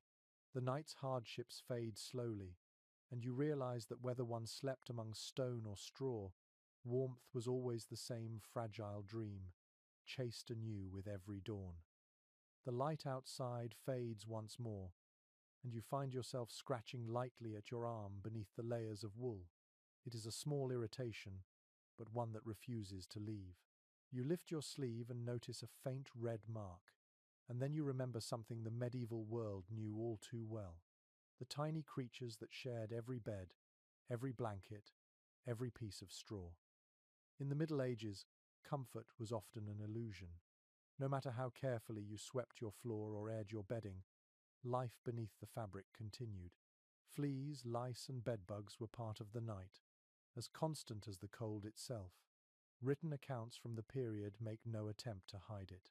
They speak of the crawling companions of rest, of mornings spent shaking blankets near the fire, and of the resigned acceptance that no one truly slept alone. Archaeological studies of medieval bedding have confirmed what those accounts suggested. Straw mattresses, reused year after year, became nests for insects and mites. Even the wealthy, with their feather beds and linen sheets, could not escape entirely. The warmth that made sleep possible also made perfect breeding grounds. You can almost feel the faint movement beneath the fabric now, the delicate rustle that would keep a tired body half awake. A household record from 15th century York lists one servant's duty as combing garments for small vermin each morn. It was not punishment but routine. Every family had its own way of coping, hanging blankets in sunlight, beating them against walls, or sprinkling herbs thought to drive pests away. The smell of lavender, mint, or wormwood often filled sleeping spaces, not for luxury but as defense. A curious entry in a Paris physician's notes from 1379 mentions an ointment made from vinegar, salt, and crushed garlic that was applied to the scalp to deter lice. You can almost imagine the sting of it, sharp and pungent, yet better than the constant itch. For all their hardship, people were inventive, finding comfort where none seemed possible. There is still disagreement among researchers about how widespread pest control actually was. Some argue that wealthier households managed better hygiene, while others point to records showing nobles complaining about the same crawling irritations as peasants. A 14th century duchess wrote despairingly that, "My linen walks at night, though I lie still." Her misery was no different from that of the poorest farmer. You picture a peasant family shaking out their bedding beside the hearth before sleep, the light from the fire catching bits of straw as they scatter. The mother hums softly, her movements practiced. She knows which herbs help, which parts of the bed to avoid touching. The smell of smoke clings to everything, mingling with the faint, bitter scent of herbs. In this ritual, there is both care and fatigue. An odd but well-documented practice involved hanging bedclothes outdoors in winter frost. People believed the cold air would kill what crept unseen. It probably helped a little, but mostly it hardened the fabric and filled it with the crisp scent of snow. You can picture the sight. Rows of stiff sheets fluttering weakly in the icy breeze like white flags of surrender to nature. Most modern researchers agree that the medieval tolerance for discomfort came from necessity. People accepted certain miseries as simply part of life.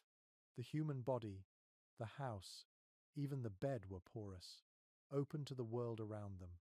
Insects, smoke and cold all moved freely between them. Survival was not about erasing these problems, but about enduring them with calm repetition. A rather humorous story written by an Italian monk tells of his frustration while visiting a monastery in winter. He complained that the lice kept vigil better than we, and that no prayer could chase them away. His dry humor has survived centuries, a reminder that even the devout were not spared.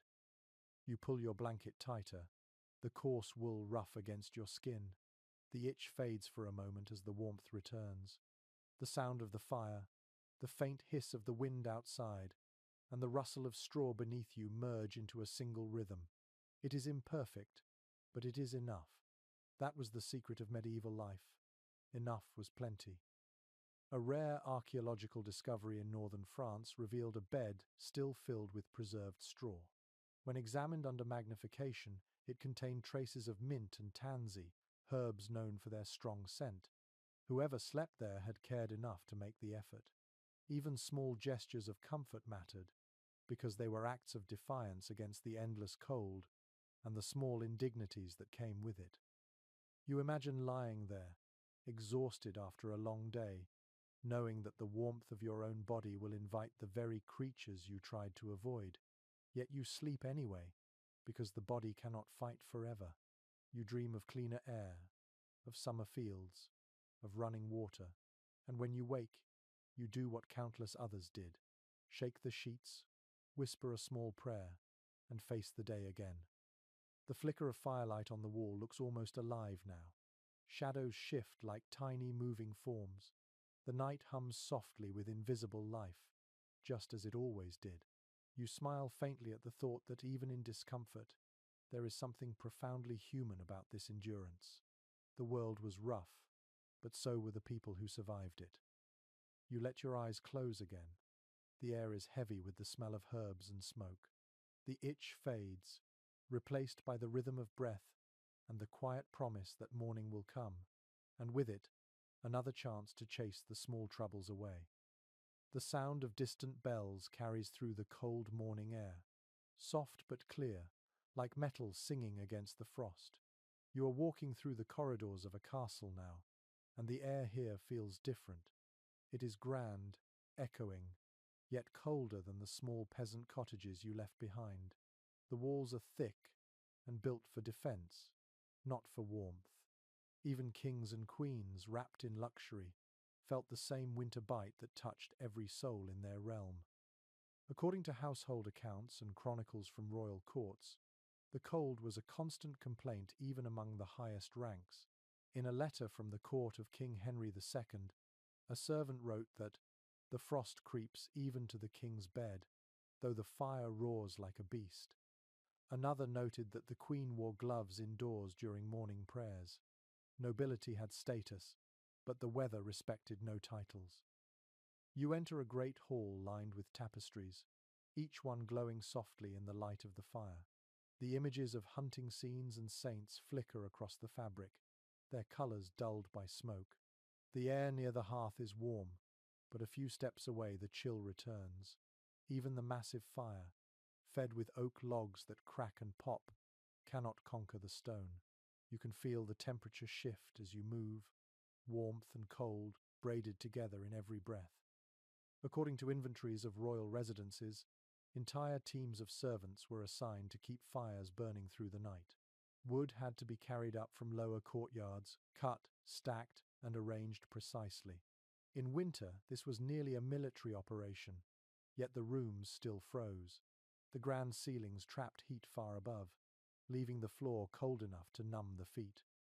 Some noble families covered their floors with layers of woven rush mats, and sometimes even furs, in an attempt to insulate the space. An odd detail from a 14th century account of the French court describes courtiers warming their hands by holding polished brass plates that had been heated near the fire. These small, portable warmers gleamed like gold in the firelight. The servants who carried them were said to chase the chill like hunters, moving from one chamber to another. You picture it now, the faint clink of metal, the smell of oil and heat rising from it. There is still disagreement among historians about just how cold castles truly were. Some argue that the heavy masonry and small windows trapped enough warmth to make large rooms comfortable once the fires had burned for hours. Others insist that even the grandest chambers remained icy, especially in northern regions. Archaeological studies of hearth designs suggest that most of the heat escaped upward through vast chimneys, leaving the lower air frigid. A surviving letter from a servant of King Edward IV complains that His Grace suffers chill in his bones, though wrapped in fur and fed by flame. You can almost hear the quiet frustration in the words. Even surrounded by splendor, the body still shivers. Inside the royal chambers, the bed became the true heart of warmth. A monarch's bed was more fortress than furniture. Carved posts, heavy curtains, and layers upon layers of blankets. Historians who have reconstructed these beds describe them as small, enclosed spaces, barely large enough for two, designed to hold heat rather than grandeur. When the curtains were drawn, the world disappeared, leaving only the muffled crackle of fire and the scent of fur and wax. A curious anecdote from the Burgundian court tells of courtiers competing to present the finest bed covers to their ruler during winter. One nobleman offered a blanket lined with ermine and sewn with tiny pearls, claiming it could ward off the wind like armor. The king accepted it graciously, but was later seen sitting by the hearth wrapped in a common wool cloak. Perhaps he knew that real warmth did not need to sparkle. Researchers studying castle remains have found soot marks high on ceilings and scorch marks near fireplaces, evidence of long-burning fires and desperate attempts to drive away the cold. They also found thick soot deposits on tapestries, showing how the effort to heat the room filled the air with smoke. The warmth came at a cost. To breathe in such chambers was to inhale the struggle itself. A peculiar custom among the wealthy involved sleeping with small fires burning in portable braziers beside the bed. These metal bowls of coal glowed faintly through the night, casting red light across the room. They provided comfort but also danger, as more than one noble family lost property to fire. Still, the risk seemed preferable to freezing. Despite their discomfort, the nobility often turned the hardship into ritual. The morning warming ceremony, for instance, was both necessity and performance. Servants brought hot water, heated clothes by the fire, and carried in steaming cups of wine or broth to their masters' chambers. The first sigh of warmth each day became a symbol of order restored, of human triumph over the night. You look around the castle again. The fire burns high, and the air smells faintly of pine resin and melted wax. The nobles gather near the flames, their laughter echoing softly. Yet even in their smiles, you see the same small movements, the rubbing of hands, the tucking of feet under robes, the instinctive turn toward the heat. No one escapes the season entirely. Most researchers agree that winter made all classes humble in their own way. The poor fought it with closeness, the rich with ceremony. Yet both learned to respect it. The cold was not an enemy to defeat, but a teacher to endure. In this balance of power, even kings bowed their heads. You step closer to the fire, feeling its glow on your face. The air beyond the flames still bites, but within this circle of light, there is life. You close your eyes and listen to the murmur of voices, the faint hiss of logs. Outside, the wind beats against the castle walls, relentless and eternal. Inside, a room full of warmth flickers, fragile but real, like the heart of winter itself. You leave the castle behind and walk into the countryside once again. The night has deepened, and the air feels heavy, almost solid. The stars are bright but cold, their light hard as ice. In the distance, a small cottage glows faintly, a single orange spark against the dark fields. You step closer, drawn by the promise of warmth, and find yourself outside the home of a peasant family enduring one of the longest nights of the year. Inside, the room is small, smoky, and still. A woman sits by the hearth, turning a stick in the ashes to coax one last flicker of flame. Her hands are red from the cold, her face shadowed by exhaustion. Two children sleep beside her, curled together under a thin blanket.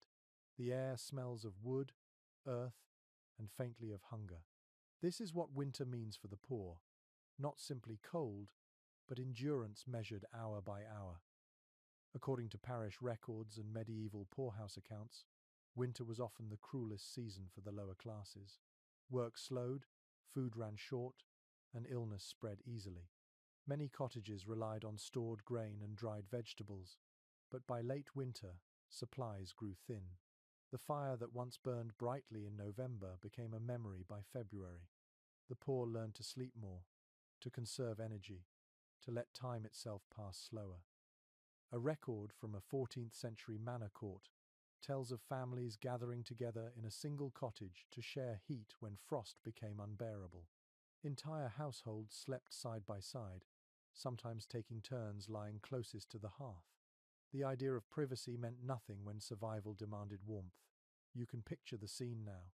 Layers of worn blankets, a small ember glowing in the corner, the air filled with the rhythm of many quiet breaths. Archaeological evidence from rural settlements supports these accounts.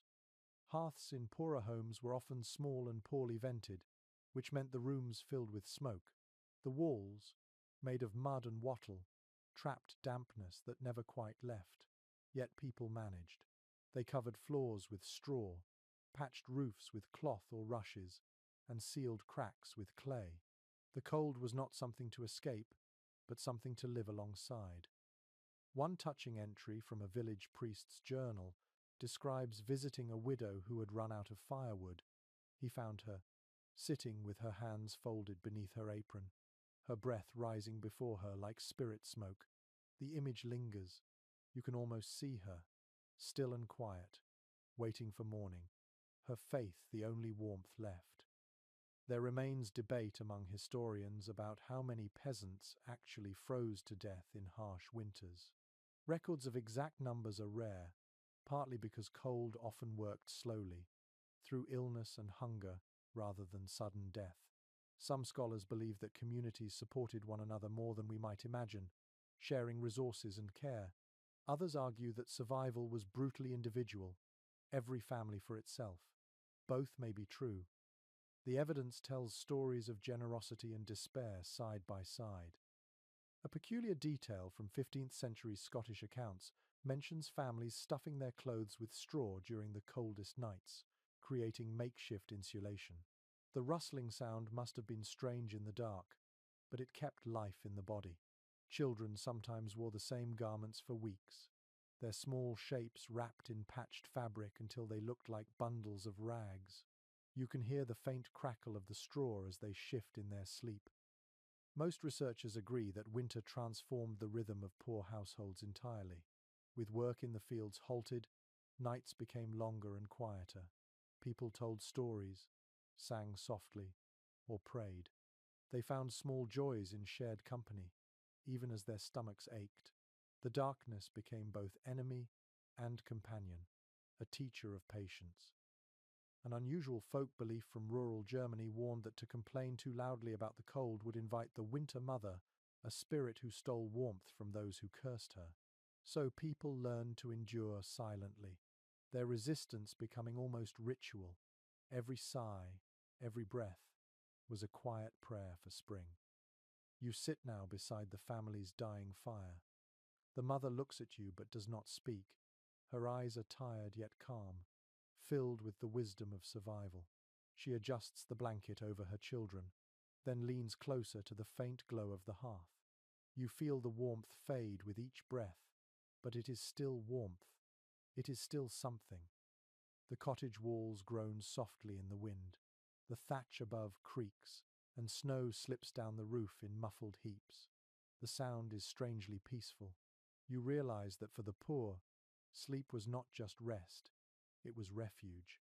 Dreams were moments of escape, small islands of comfort floating above hunger and cold. In the faint light, you notice a loaf of bread resting near the fire, hard as stone. It will soften slightly in the morning when warmed. You imagine the family breaking it apart carefully, dipping it in broth, each piece measured and shared. Such small acts of care kept hope alive. As the fire dwindles to ash, the mother closes her eyes and pulls her children closer. The room darkens, but their shapes remain visible in the glow of the embers. You lie still, feeling the rough floor beneath you and the quiet strength that fills this fragile space. Outside, the cold wind sweeps across the fields, indifferent to those within. But inside this tiny home, life endures. The fire might die, the walls might tremble, but as long as someone breathes, warmth survives. You close your eyes, the scent of smoke and straw filling your senses, and for a moment, you understand the true courage of winter, not conquering the cold, but learning to live gently inside it. The night deepens again, and you feel it pressing against the walls, thick with silence. Only the faint pop of the fire breaks the stillness. In this quiet world, where every shadow carries weight, people of the Middle Ages turned to unseen protections. The body could be wrapped in wool, the bed layered in furs, but the soul needed its own shelter. This was the hour when charms were hung, prayers were whispered, and the invisible world was acknowledged with care. According to parish inventories and household records, nearly every home kept some form of blessing near the bed. A crucifix above the headboard was common, but so were smaller, humbler items. A dried sprig of rosemary tied with red thread, a scrap of parchment with a psalm written on it, or a small pouch of salt tucked beneath the pillow. These objects were meant to keep harm at bay, to quiet the fears that came with darkness. A surviving English charm from the 14th century begins softly. Matthew, Mark, Luke, and John, bless the bed that I lie on. It was recited before sleep, believed to drive away nightmares and wandering spirits. You can almost hear the gentle murmur of the words, spoken by firelight, repeated night after night, until the rhythm itself became comfort. One intriguing detail recorded by a travelling friar tells of villagers marking their doors and bedposts with chalk on cold winter nights. The letters were the initials of the Magi, written as a sign of blessing against illness and storm. The chalk marks would fade by spring, just as the frost did, but their presence each winter was a quiet act of faith. There is still uncertainty among scholars about how deeply these practices mixed Christian belief with older pagan traditions. Some suggest that the use of herbs and amulets came from pre-Christian rituals of nature worship. Others argue that the Church simply absorbed these customs, allowing people to express their fears in familiar ways. Whatever their origin, they reflected a universal truth. When darkness felt alive, people needed to feel protected. A curious passage from a 13th century herbal describes hanging garlic or rue near the bed to repel wicked dreams and unseen guests. The scent of such herbs must have been strong, sharp enough to cut through the smoke and damp. You picture the small bundle swaying slightly in the breeze from a drafty window, its fragrance mixing with the smell of ash. According to household letters from rural families, winter was the season when tales of spirits multiplied. The long nights fed imagination. People believed the dead could wander, or that sickness itself might take shape and slip beneath doors. To hang charms and whisper blessings was both protection and ritual. It gave the feeling of control when nature and chance felt overwhelming. A rather touching account survives from a noblewoman's diary, written in the late 1400s. She described her habit of touching the curtain around her bed 3 times before sleeping, each time saying the name of a saint. She wrote, "It makes my dreams quiet and the dark less close." That small, private motion feels timeless. Even today, people still seek comfort in gestures they barely understand but cannot abandon. An odd superstition from Germany advised never to leave shoes facing the bed at night, lest a spirit walk into them.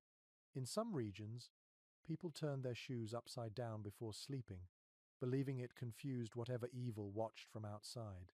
These habits may seem strange, yet they reveal how deeply the medieval mind wove meaning into every action.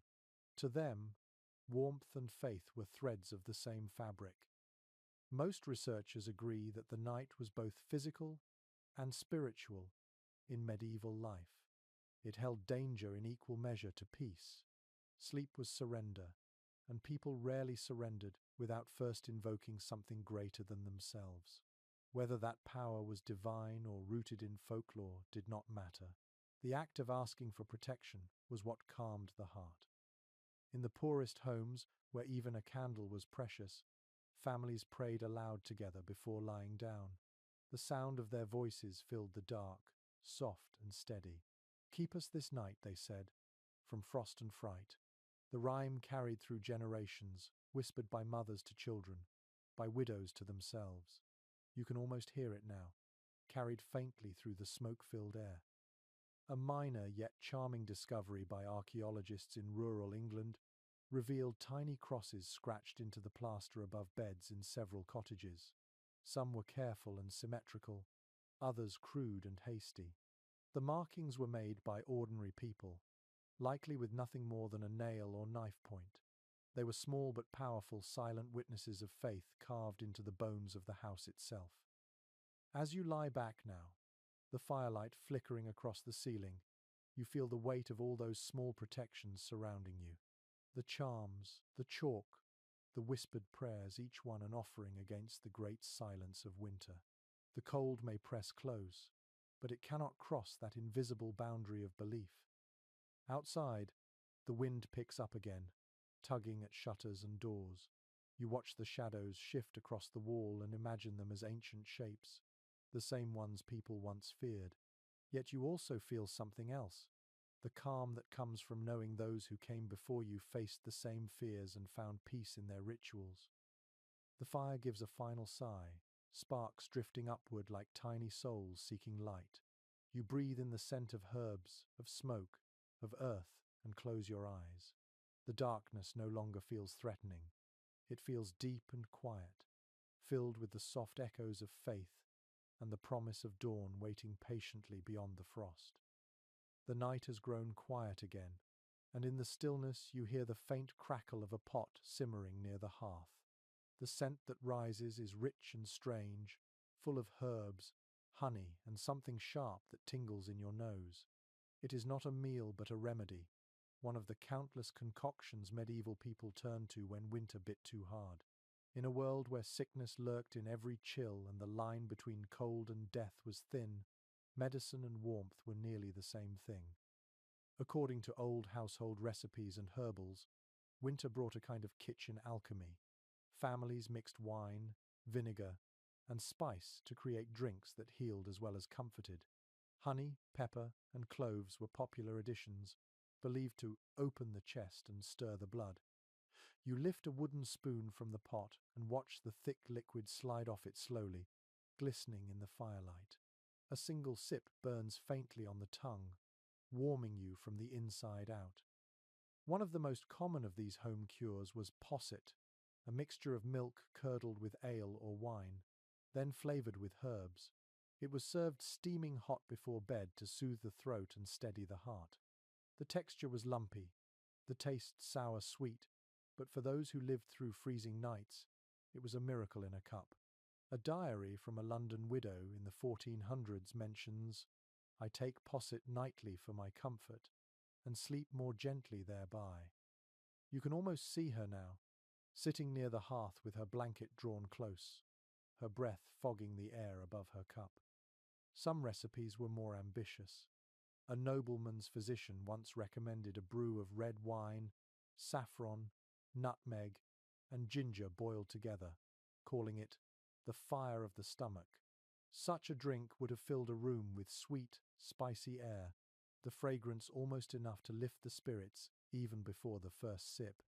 In wealthier homes, apothecaries sold dried herbs and exotic spices brought from far ports, symbols of both medicine and luxury. There is still discussion among modern scholars about how effective these old remedies truly were. Some, like honey and garlic mixtures, have genuine antibacterial properties.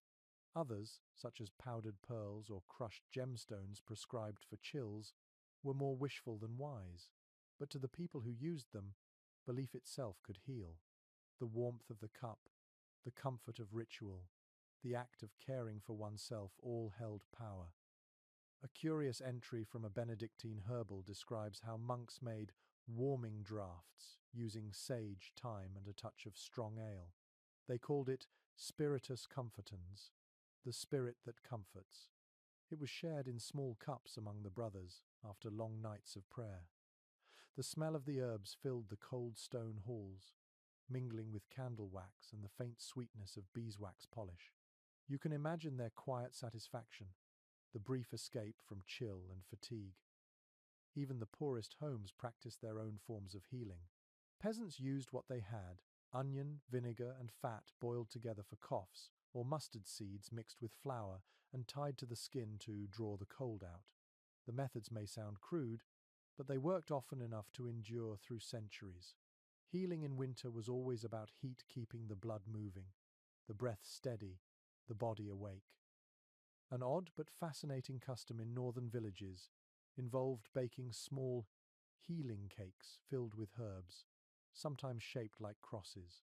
They were eaten before bed to ward off sickness, especially when the frost lingered late into spring. The scent of baking must have carried through the dark, a small comfort that made illness seem just a little less inevitable. Archaeologists have found traces of dried herbs and spices in pottery shards near hearths, evidence that these rituals of warmth and medicine reached every class. Even when ingredients were scarce, people improvised. A traveller's note from the 1300s describes a shepherd who boiled pine needles and honey together to make a drink for the chest. He drank it each night beside his flock and swore it kept the death wind away. Most researchers agree that medieval medicine, however primitive it seems now, was deeply human. It combined faith, observation, and a fierce desire to live. Every recipe was a small victory against helplessness. Even when it failed, it gave hope, and that was sometimes the greatest cure of all.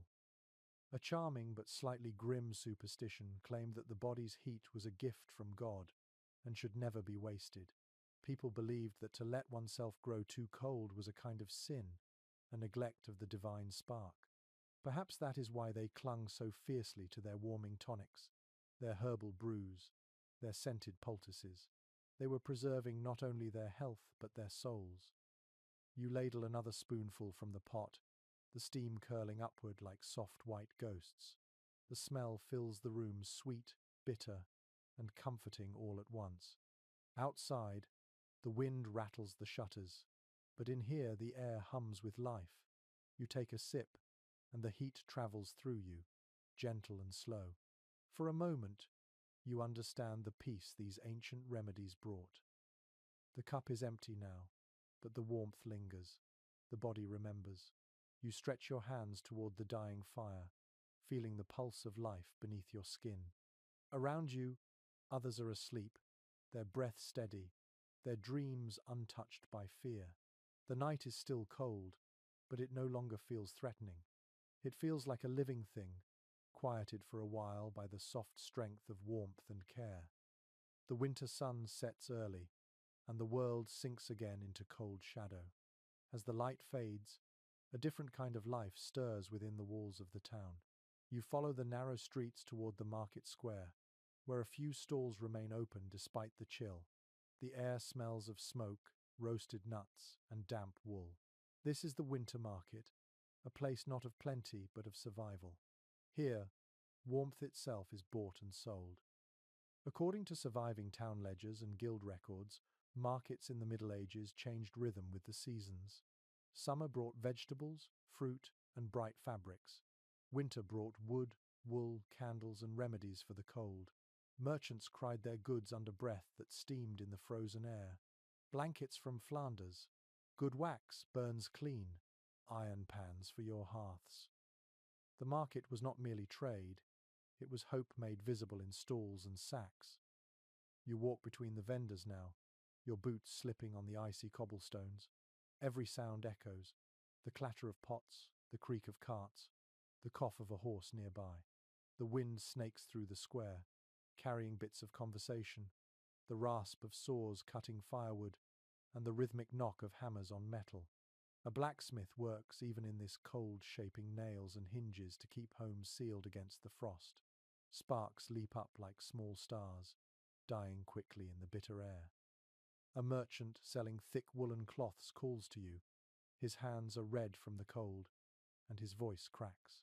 He shows you rolls of grey and brown fabric, coarse but dense, spun by farmers' wives through endless winter evenings. According to guild regulations from this period, such fabric had to be tightly woven and full of natural oil to resist dampness. You touch it, feeling its rough strength.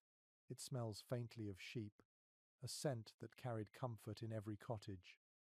A curious detail from a 14th century account describes how candles became precious enough to count as trade goods. People bought them by the dozen, storing them like treasure. A single tallow candle might burn for only a few hours, but that light meant safety. You can picture villagers huddled together at night, measuring their remaining candles as carefully as grain. The thought of darkness without flame must have been unbearable. There is some debate among economic historians about how accessible winter markets truly were to the poorest classes. Some argue that even peasants could buy small goods or barter what they made, while others believe these gatherings mostly served artisans and merchants. The truth likely shifted from town to town, yet every record agrees that these markets were a lifeline, moments when people could gather, talk, and remember that they were not alone in the long season. An odd but charming entry in a merchant's journal describes selling bottles of comfort during a particularly harsh winter. These bottles contained spiced wine or ale sealed with wax, meant to be warmed by the hearth. The label promised cheer to the heart and warmth to the bones. You imagine the first sip of such a drink after walking miles through snow, how it must have felt like sunlight trapped in liquid. A traveller from the Low Countries once wrote that winter smells of wax and wool, of tar and fire. His words capture the essence of these markets perfectly. Everything here fights against the cold in some small way: candles to burn, oil to seal, fabrics to wrap, firewood to stack. Each object holds a little piece of warmth.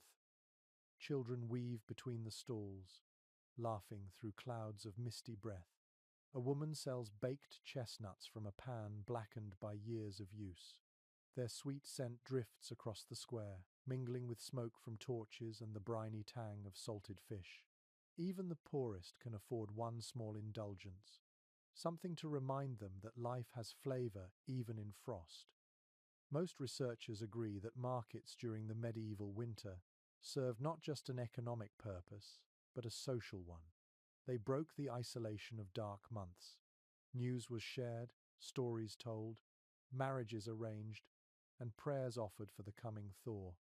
A single afternoon at the market could restore morale that no amount of firewood could. An unusual discovery in the remains of a 15th century marketplace revealed small coins, broken pins, and traces of wax pooled into the cracks of stone. The candles must have burned down where people stood talking, their hands cupped around the flame for warmth. You can almost see it, a circle of faces glowing in golden light, laughter rising into the freezing air. As evening falls, the stalls begin to close. Merchants pack their wares, carts creak away, and the square empties until only the echo of footsteps remains. The torches flicker in the wind, their smoke curling upward into the star-pierced sky. You linger a little longer, breathing in the scent of extinguished candles. When you finally turn toward home, The night feels softer. The market has done its work. You carry with you the quiet energy of human exchange, the warmth of trade, conversation, and shared endurance. The snow crunches under your feet, and somewhere behind you a single stall still burns a small torch, glowing faintly like a reminder that no darkness lasts forever. The wind is sharp again tonight, slicing through the trees as you approach another great fortress on a hill. Its stone towers rise pale against the moonlight, and the sound of the gale echoes through every archway.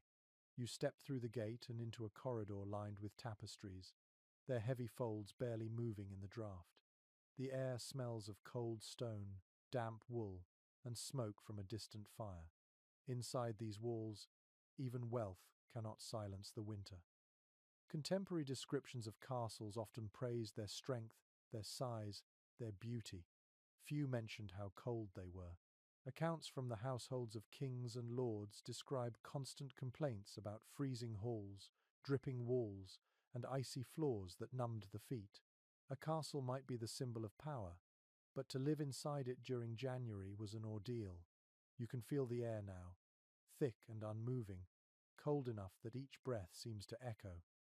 Architectural evidence shows why. Castles were designed for defense, not comfort. Their walls were massive but uninsulated, their windows narrow slits made for archers, not light. Heat from the fires escaped upward through cavernous ceilings, while cold air seeped in through cracks in the stone. You walk through the great hall, its fire blazing high in a central hearth. Yet even here your fingers sting. Step away from the flames, and the cold swallows you again. According to royal building records, servants were tasked each day with scattering rushes across the floors to absorb moisture and dirt. These rushes were sometimes mixed with herbs like lavender or sweet flag to keep the smell fresh. They offered a little softness, but little warmth. At night, the chill from the floor crept upward, no matter how many furs covered the bed.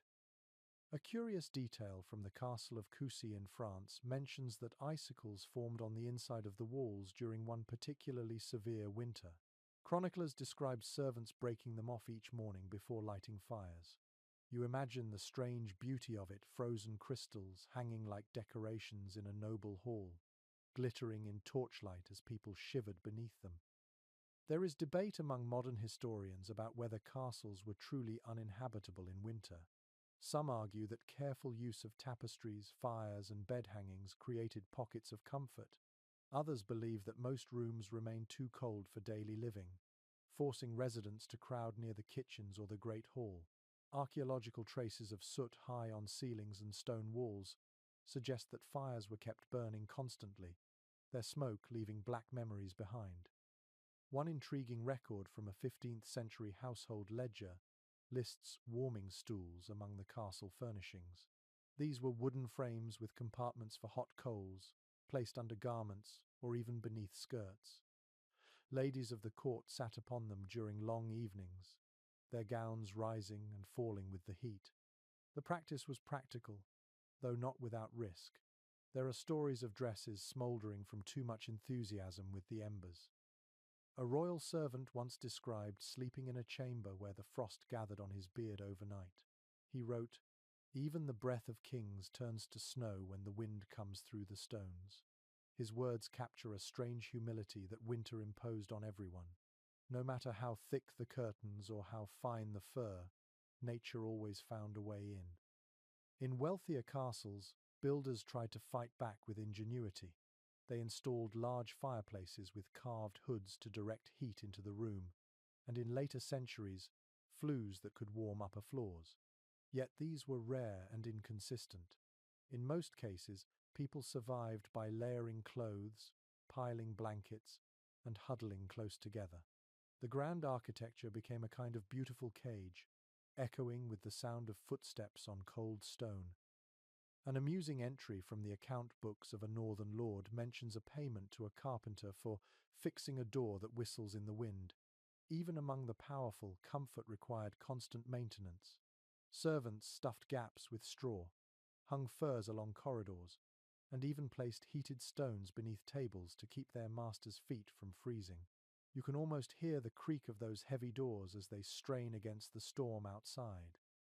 Most scholars agree that castles embodied the paradox of medieval winter, grandeur paired with discomfort. They were symbols of control, yet inside their thick walls, everyone still depended on the same small comforts: fire, cloth, and companionship. The richer the surroundings, the more dramatic the contrast between splendor and suffering. You walk deeper into the castle now, your footsteps echoing softly. A servant passes, arms full of firewood, his face red from the cold. Farther down the hall, a tapestry stirs slightly in the draught, revealing the grey stone behind it. The firelight glints on the metal fittings of a door, and for a moment you imagine the countless nights spent here. Nobles wrapped in furs, servants half asleep near the coals, the air filled with a low murmur of voices. Outside, the wind howls against the ramparts, scattering snow into the moat. Inside, the hearth burns steadily, defying the darkness. You feel both awe and sympathy for those who lived in such beauty and chill. Their lives, for all their wealth, still depended on the same fragile circle of warmth that peasants clung to miles away.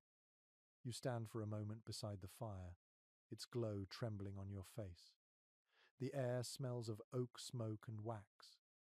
Beyond the walls, the winter continues without care for rank or riches. And inside, humanity endures, as it always has, through light, through closeness, through the stubborn act of keeping the flame alive. The wind has quieted, and the world outside the window lies still under a blanket of white. Snow covers the roofs, the paths, the fields, muting every sound. You wake before the light fully breaks, and notice how strange the silence feels after a night of howling storms. The air inside the cottage is heavy and cold, yet peaceful, as if the world has paused to rest. You pull aside the curtain, and frost clings to the inside of the glass like lace. Each tiny crystal catches the faint light of dawn. The hearth beside you has gone dark, but a soft glow of ash hints at life still hidden beneath. You kneel and stir the embers carefully, breathing gently until the coals brighten again. The faint orange spreads, and warmth begins its slow return. According to early morning routines recorded in medieval household writings, rekindling the hearth was one of the first acts of the day. Before prayers, before food, before even speech, the fire had to live again. It was both habit and symbol, a renewal of life after the long uncertainty of night. You can imagine mothers, servants, and old men all performing the same ritual, their hands trembling in the cold, their breath forming little clouds that drift upward in the half-light. One diary from a merchant's wife in the 1400s describes waking to find frost inside her cup, the water frozen where she had left it the night before. She wrote of breaking the ice with her spoon and laughing quietly, saying, "The cold has manners enough to knock before it enters." Her humour feels human and bright against the greyness of the morning. Archaeological evidence from rural homes shows that people placed wide, shallow pans of water near their hearths, not just for cooking but to measure the cold. If the water froze solid overnight, they knew the day ahead would be bitter. It was a simple gauge of the season's power, a way to prepare for what waited beyond the door. A curious superstition from northern villages warned against sweeping ashes out before sunrise in winter. People believed that doing so would sweep away the house's warmth. Instead, ashes were left until daylight, when the new fire could reclaim them. You follow that wisdom now, letting the ashes stay where they are, soft and grey, the foundation for the next flame. Most researchers agree that morning routines in medieval winters were deliberate and unhurried. Speed wasted strength. People moved carefully, warming themselves by movement, by small tasks, by the rhythm of routine. In silence, they stacked wood, fetched water, and checked for leaks in the roof. In every gesture there was awareness of fragility. The cold was not something to escape, it was something to negotiate with respect. A record from a manor estate describes servants walking the corridors at dawn to clear icicles that formed along the edges of windows and inside door frames. They carried small cloths dipped in oil to wipe away the frost, trying to keep wood from splitting. You can almost hear the soft scraping sound, the steady repetition, the smell of oil and smoke. In poorer homes, mornings began with scraping frost-off bowls and spoons before breakfast. Bread was hard as stone, so people warmed it by holding it near the hearth, turning it slowly until the crust softened. The first meal was simple porridge, broth, or whatever remained from the night before, but its warmth felt like victory. Even a sip of something hot was a promise that life continued. An odd entry in a 14th century account from a northern abbey describes monks breaking ice inside the cloister fountain every morning with hammers. They recorded the sound as like bells for the Sunday. That image lingers in your mind. The clash of ice giving way to water, the return of motion and sound after stillness. There is still uncertainty among historians about how people's moods changed through these long winters. Some sources suggest deep melancholy, others describe laughter and community. Perhaps both were true. The same cold that made mornings difficult also made gatherings sweeter, fires brighter, and human closeness more cherished. You sit now beside the newly revived fire, feeling its warmth creep slowly into your bones. Outside, the sky brightens to pale silver. The snow on the roof begins to shift, making a soft creak as it settles. The world smells clean, almost sweet. The sound of a rooster drifts faintly from somewhere down the hill, marking another day survived. A traveller's journal from 1385 records the sound of snow falling from roofs at sunrise as the breath of the house. You listen now, and you understand why. The weight of the night releases itself in that small, quiet sound, and morning feels lighter because of it. As the light grows stronger, the cold loses its edge. The frost on the window begins to melt, water tracing slow lines down the glass. You sit still for a moment longer, your hands wrapped around a cup of warm broth. It tastes simple, salty, alive. The room glows faintly, and you can almost believe that spring, though far away, is already hiding somewhere beneath the snow. The fire crackles once more, and the first rays of sunlight reach the floor. The long night has passed again, as it always does. You breathe deeply, letting the air fill your lungs, heavy with the scent of smoke and renewal. In that breath, you feel what every medieval heart must have felt at dawn in winter: relief, gratitude, and quiet strength. The morning has come fully now, pale and hard-edged, the light of the winter sun falling thinly across the floor. You open your eyes and feel it before you see it, the sting of cold air biting at your face. The blanket has slipped away during the night, and your breath rises before you in small, cloudy bursts. You reach for the basin of water beside the bed and find that a skin of ice has formed across its surface. You break it with your fingertips, and the shock makes you gasp. This is how most people in the Middle Ages began their day in winter. Their first act, a reminder that comfort was fleeting and effort was everything. According to domestic guides and household letters from the period, mornings were a careful battle against the cold. People moved slowly, layering clothing piece by piece before daring to leave their beds. The heavy wool felt rough against the skin, but it brought life back to numb limbs. Servants, who rose before anyone else, performed these rituals in silence, their breath frosting as they crossed dark corridors to tend the fires. Their footsteps echoed softly, a rhythm as old as the season itself. A peasant's day began differently. The first light meant work, no matter how frozen the ground. Fields waited to be checked, animals fed, snow cleared from paths. A curious account from a 14th century farming record describes how men carried small embers in covered pots to light their outdoor fires, protecting the coals as if carrying the heart of the home itself. You can imagine the faint orange glow flickering inside the pot, like a secret against the grey sky. Most people tried to delay leaving their beds as long as possible.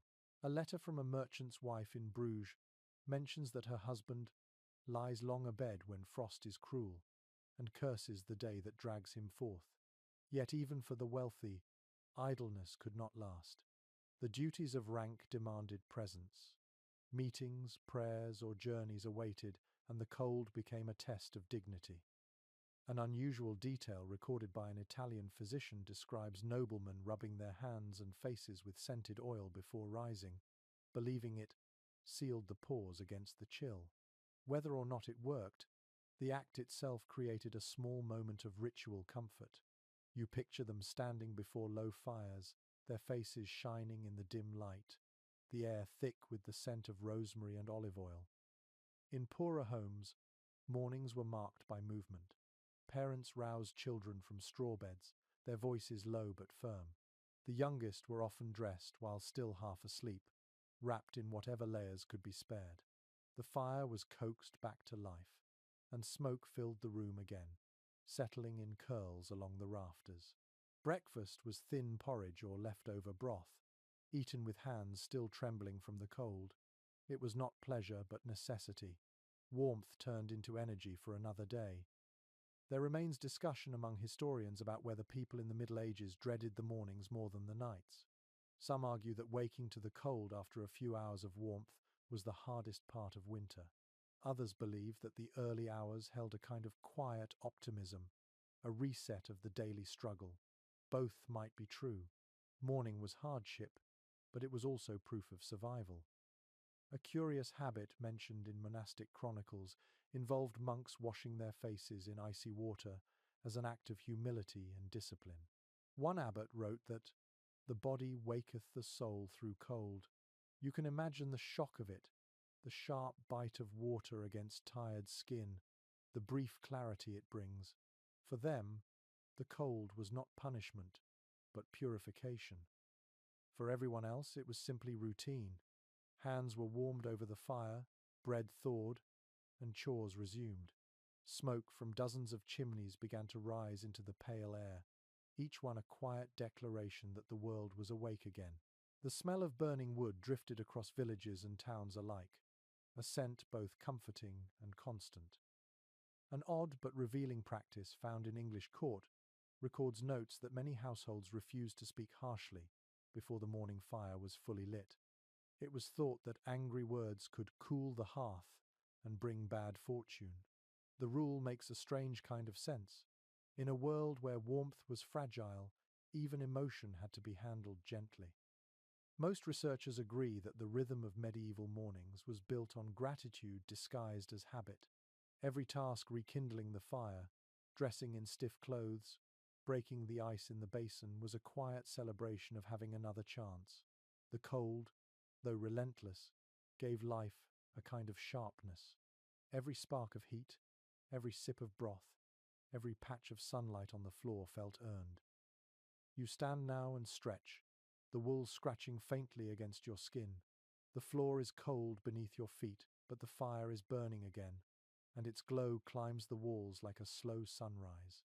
The first true light enters the room, pale gold reflecting off the frost on the window.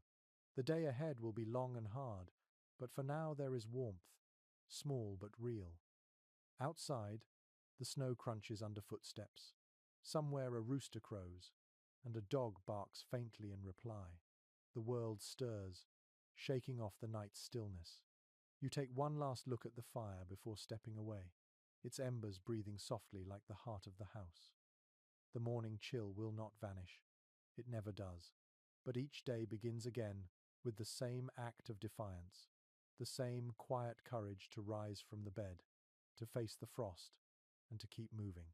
You breathe out slowly, watching your breath fade into the light. Another day has begun, and against all odds, it is warm enough to live.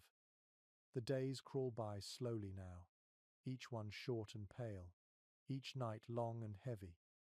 You can almost feel time itself thickening, the rhythm of life slowed by frost. People in the Middle Ages knew this feeling well. Winter was not only a season of cold, but a season of patience. When work in the fields stopped and travel became dangerous, the world turned inward. It was a time to mend, to tell stories, and to wait. In manor records and monastic calendars, these midwinter months are described with a kind of reverent slowness. Farmers repaired their tools, women spun thread, children helped twist cords or patch torn garments. Each small task was an answer to stillness. The hands stayed busy, even when the body longed to sleep. You sit now by the fire, watching a woman's fingers move deftly over wool, her face calm in the flicker of light. The air smells faintly of smoke, oil, and old fabric. According to household guides from the 15th century, spinning and weaving were the most common winter labors. The rhythmic motion of the spindle and wheel filled homes with quiet music, a low humming that soothed the dark hours. The sound of it must have been everywhere, soft, repetitive, endless. It was not only work but meditation, a way to mark time while the world slept outside. An entry from a medieval abbess's journal describes the satisfaction of such rhythm. The wheel turns, and with it, so do my thoughts. She wrote of finding peace in repetition, of letting the cold fade from her mind as thread became cloth. You can almost hear the wheel turning now, steady as a heartbeat. In the homes of peasants, winter chores carried a similar quiet purpose.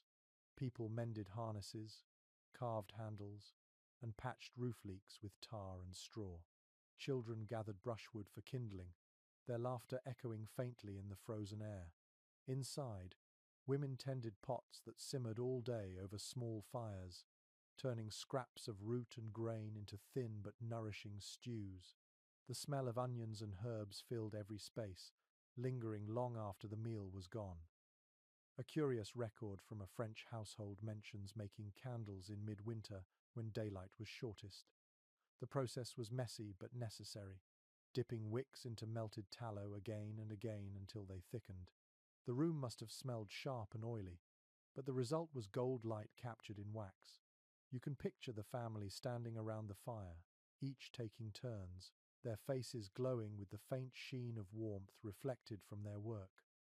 There remains some disagreement among historians about how people managed the mental weight of these long, confined months. Some accounts speak of cheerfulness, of songs and stories that filled the dark hours. Others describe gloom, quarrels, and quiet despair. Both feelings must have existed, woven together like the threads of cloth that dried above every hearth. An amusing note from a 14th century Welsh parish mentions a villager fined for disturbing the peace of the winter evening with loud argument. The image is vivid: cramped rooms, too many bodies, tempers heated faster than the fire could burn. Yet another record from the same village describes gatherings of neighbors sharing ale and songs by candlelight. The mood shifted like weatherstorm and calm, laughter and silence. Most researchers agree that storytelling was as important as food in surviving the cold. Families passed long nights, sharing tales of saints, ghosts, and faraway lands. Some were cautionary, others simply comforting. The voice of a storyteller could fill a room better than any flame. You listen now as an old man begins his tale, his voice gravelly but warm, weaving old legends into the present moment. The children lean closer, their eyes bright. In noble houses, the rhythm was more refined but not so different. Musicians played soft tunes near the hearth, and readers recited romances or moral tales. The sound of harps and voices blended with the crackle of the fire. The wealthy may have had more candles and furs, but they too relied on stories to make the night feel smaller. An interesting find from a 15th century account book lists one boy for reading aloud among a noble household's servants. His task was simple: to read softly through the evening while others embroidered, wrote letters, or simply listened. The human voice was the warmth that touched everyone equally. In monasteries, winter evenings were filled with quiet work, copying texts, binding pages, preparing ink. A monk's note in the margin of an old manuscript reads, "It is too cold to write. My fingers are stiff as sticks." Yet he continued, line after line, word after word, the act itself a prayer. The faint scratch of quills echoed through halls heavy with silence. You sit still now, listening to the same imagined sounds, Spinning wheels, distant songs, the low hum of human life resisting stillness. The fire before you burns low, its light a soft pulse that matches your heartbeat. The room smells of wax, wool, and slow-cooked food. Nothing moves quickly, but everything endures. Outside, frost glitters on branches like fine dust. The moonlight spreads pale and wide, touching every rooftop, every road. Inside, time stretches gently. You feel yourself slipping into that same rhythm of waiting, of quiet work and slow hope. It is not boredom, but peace, a steady breath against the endless cold. You look at the faces around you, half lit by fire, and realize what kept people alive through centuries of winters. Not strength alone, but rhythm. Not grandeur, but patience. The wheel turns, the story continues, and the world, no matter how cold, keeps moving forward. The wind outside has softened, but the chill remains. You rise slowly and step toward the window, where dawn paints a thin line of gold across the horizon. The world is still locked in frost, yet something feels different. The air smells faintly of damp earth rather than pure ice. Somewhere beneath the surface, the first signs of spring are beginning to stir. You can almost sense it, quiet but real. For people in the Middle Ages, this subtle change was cause for cautious hope. The hardest part of winter came not at its beginning but near its end, when supplies were nearly gone and strength was fading. This time was often called the hunger gap, the cold stretch between stored harvests and the first green shoots.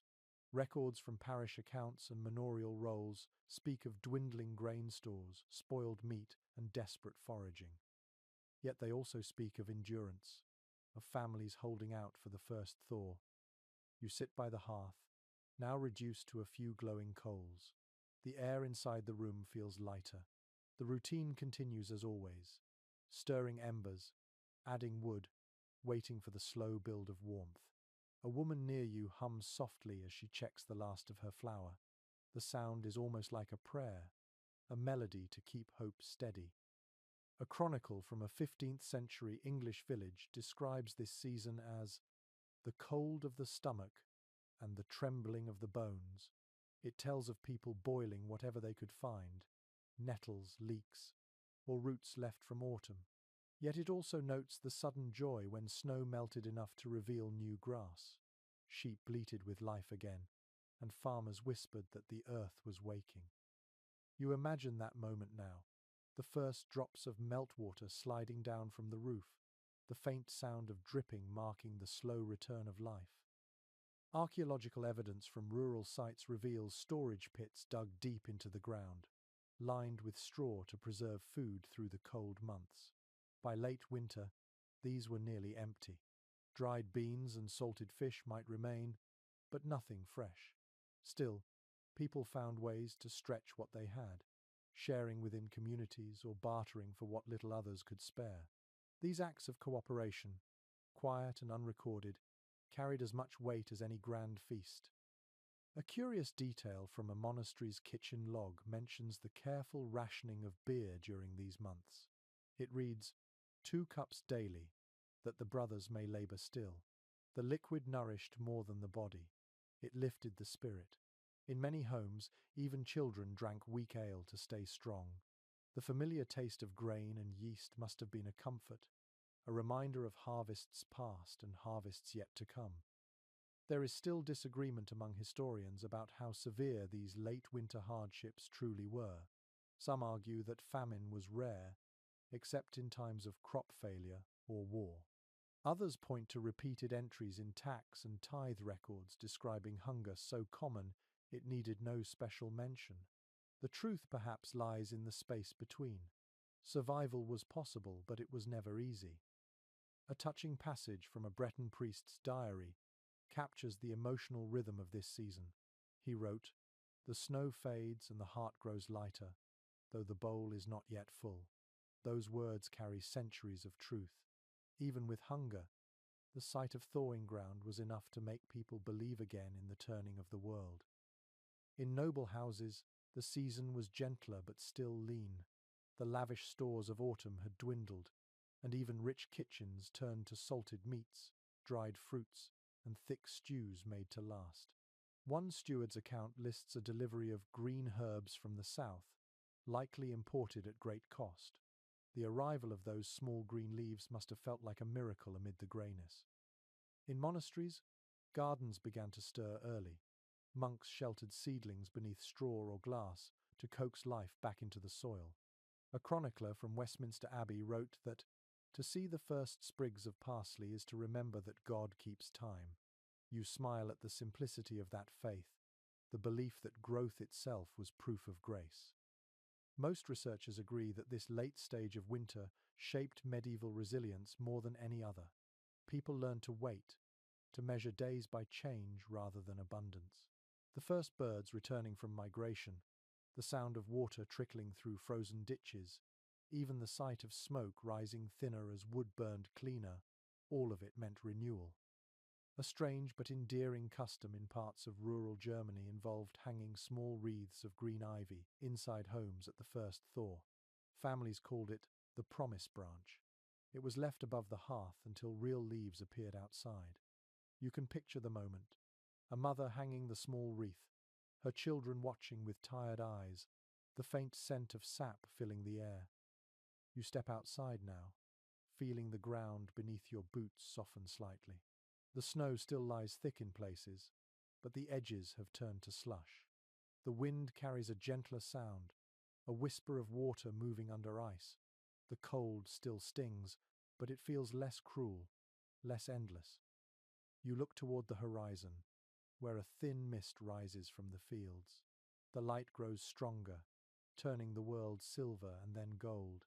For a moment, you think of all the winters before this one, all the people who waited through them, their hunger, their patience, their quiet faith in warmth's return. The fire inside the cottage begins to smoke again, its scent mingling with the faint smell of thawing soil. You breathe deeply, feeling both the chill and the promise in the air. The hardest part is nearly over. The earth is turning again, and with it every soul that has endured the long sleep of winter. The frost lingers only in patches now, scattered across shaded fields like the last breath of a long winter. The mornings still bite, but the light has changed. It falls softer through the windows, golden instead of grey. The air carries a scent you have almost forgotten: wet soil, wood smoke, and the faint sweetness of thawing grass. You step outside, and for the first time in months, you hear birds. Their song feels fragile, hesitant, as if the world itself is relearning how to speak. In the Middle Ages, this shift was more than a change of weather. It was a spiritual moment, a turning point marked by both gratitude and caution. People welcomed warmth as a gift, but knew it came with risk. The thaw brought mud, sickness, and flooding, yet also life. Records from village accounts describe both joy and labour beginning again. The spade is lifted, and the frost forgets its name, one farmer wrote. You can almost see him smiling, breathless from work yet alive in the returning Sunday. Inside the homes that survived the season, the air feels lighter. Blankets are aired outside, straw replaced, windows cracked open to let in what people called the good wind. The first true warmth, smells of smoke, sweat, and renewal. A woman shakes her bedding in the yard, the fabric snapping in the wind. The cold has not vanished, but it has lost its power. According to parish calendars, these weeks were filled with ritual cleaning, ashes swept from hearths, floors scrubbed, and walls wiped down to chase away the damp. It was both hygiene and prayer, a physical way of marking the end of hardship. In monastic life, this time aligned with Lent, a season of fasting and reflection that mirrored the natural return to simplicity. For peasants and nobles alike, it felt as though both body and earth were waking together. A curious entry in a 15th century English household guide recommends that, on the first warm day, open all windows and let the air strike through the house, that the spirits of the cold may flee. You picture the rush of wind through narrow halls, the flutter of curtains, and the deep breath that followed. Even if the idea of spirits was symbolic, the gesture carried meaning. Fresh air meant hope. There is still some disagreement among historians about how quickly people shifted from winter habits to spring routines. Some evidence suggests that the poorest had no real pause, their work never stopped, only changed shape. Others argue that late winter and early spring were marked by restlessness, a kind of physical and spiritual stirring. Everyone, regardless of class, felt the same impatience for warmth. A delightful but odd folk custom from southern France described villagers lighting small fires in their fields at dusk to call the sun closer. The smoke rising into the fading light must have looked like hundreds of candles offered to the sky. These rituals were ancient and deeply human expressions of gratitude, longing, and relief all at once. For the wealthy, this time meant movement. Kings and nobles began traveling again, inspecting lands or hosting feasts to celebrate the thaw. A steward's letter from Burgundy records the return of hawking, hunting, and long rides through woods still pale with frost. "The air is sharp but kind," he wrote, "and the horses breathe steam like spirits returning." You can imagine the energy in those outings, the laughter echoing through forests that had slept for months. In villages, the first market of spring was cause for celebration. Fresh eggs, early greens, and milk returned to the stalls. The sound of chatter and trade filled the air again. One chronicler described the scene as the earth smiling through mud. Farmers brought their animals from barns to graze, children splashed in thawed streams, and everyone spoke of planting. An odd note in a German farming manual advises patience. Do not sow before the frost has kissed you twice. It warned that false springs could trick the unwary. The advice feels timeless, a reminder that nature always keeps its own schedule. Even as people rejoiced, they watched the sky carefully, ready for one last surprise of cold. Most researchers agree that the transition from winter to spring shaped medieval gratitude more than any sermon or festival. It was not abundance that moved them, but change itself. To see life return after months of silence was proof that endurance mattered. A chronicler from a small priory in Flanders captured it perfectly. After the cold, all things taste of mercy. You walk now through a meadow where snow once lay thick. The ground is soft beneath your boots, and water trickles through small rivulets, bright as glass. The wind carries the scent of wood, smoke, and earth. Somewhere behind you, a bell rings faintly, marking the hour. It feels less like time passing, and more like the world exhaling. Inside the nearest cottage, the family sits by a smaller fire than before. The room is bright now, filled with morning light. The walls are no longer sweating with damp, and the air smells of bread baking. A child laughs, chasing a cat across the floor. These sounds, ordinary and small, carry the weight of miracles. The mother opens the door to shake the last of the ashes from the hearth. The smoke drifts upward and disappears into the clean air. She pauses, looks toward the sky, and smiles faintly. Her hands are cracked, her back bent, but her eyes hold the simple triumph of survival. You breathe in deeply, feeling the crispness of early spring fill your chest. The warmth is still gentle, easily lost, but it is there. The long, cold nights that shaped every dream are beginning to fade, replaced by something fragile yet unstoppable. You realize that this is how it always ends, not with sudden light, but with small, steady changes that no one can deny. The fire inside the cottage burns low, a soft echo of all the flames that carried humanity through centuries of winter. The air hums quietly, alive again. You close your eyes and feel the earth turning beneath you, slow and certain, carrying warmth back into the world one breath at a time. The air tonight feels different from all the nights before. It is softer, gentler, touched with the faintest promise of warmth. The snow has melted from the rooftops, leaving them dark and shining in the moonlight. Somewhere in the distance, a stream gurgles where ice once ruled. You sit beside a quiet fire, smaller now but steady, its light flickering across the walls like the heartbeat of the house. The season of endurance is ending. For people of the Middle Ages, this moment marked the renewal of faith and life itself. They had lived through the longest nights, and now the world was beginning to breathe again. Chroniclers called this time the breaking of the frost. It meant more than a change in temperature, it meant survival. Villages that had grown silent during winter filled again with movement and sound. Carts rolled over muddy roads, fields filled with laughter, and the smoke that rose from chimneys smelled less of desperation and more of life returning to its ordinary rhythm. Inside every home, the old winter routines slowly unwound. Furs were cleaned and stored, blankets shaken and hung in the sunday. Windows were thrown open to let the stale air flee, and for the first time in months, warmth entered without effort.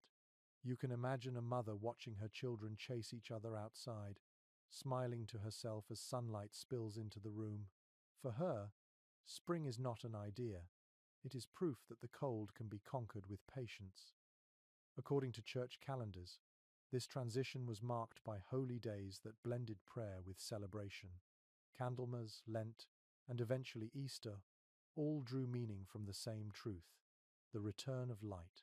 In sermons and songs, fire became a symbol not just of heat but of hope. Monks wrote hymns about the rebirth of the earth, while villagers made bonfires in the fields, tossing in straw and singing to thank the season that had finally released them. A letter from a noble household in Burgundy describes a feast held at the first thaw. The writer notes that the wine flowed freely, the servants sang, and the Lord himself laughed until tears froze on his beard. It was joy born of relief, not excess. Every loaf of bread, every cup raised, carried the quiet weight of survival.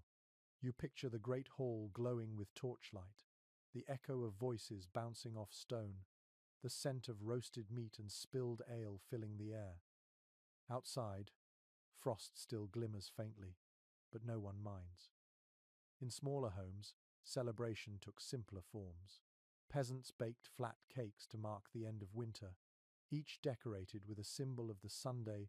Families gathered near the fire and shared the last of their stored apples, their laughter soft but real. For them, the joy was not in feasting but in knowing there would be another harvest, another cycle of days and nights to endure. There is still discussion among historians about how people balanced faith and folklore during this renewal. Some claim that these festivals were remnants of older pagan rituals, transformed by Christian meaning. Others see them as purely practical, a community's way of acknowledging survival. Whatever their origin, they show that gratitude was as essential as food. People needed to thank something, even if only the turning sky. A charming detail from a 14th century French chronicle describes villagers decorating their doors with garlands of green twigs, calling it the greeting of spring. The branches were thought to invite warmth into the home and keep illness away. You can almost smell the freshness of those leaves, the sweetness of sap mingling with smoke from the last indoor fires. Most researchers agree that the first warm evenings after winter carried an almost sacred quiet. People stepped outside, looked at the stars, and listened to the soft dripping of melting ice. They no longer feared the darkness, for the balance had shifted.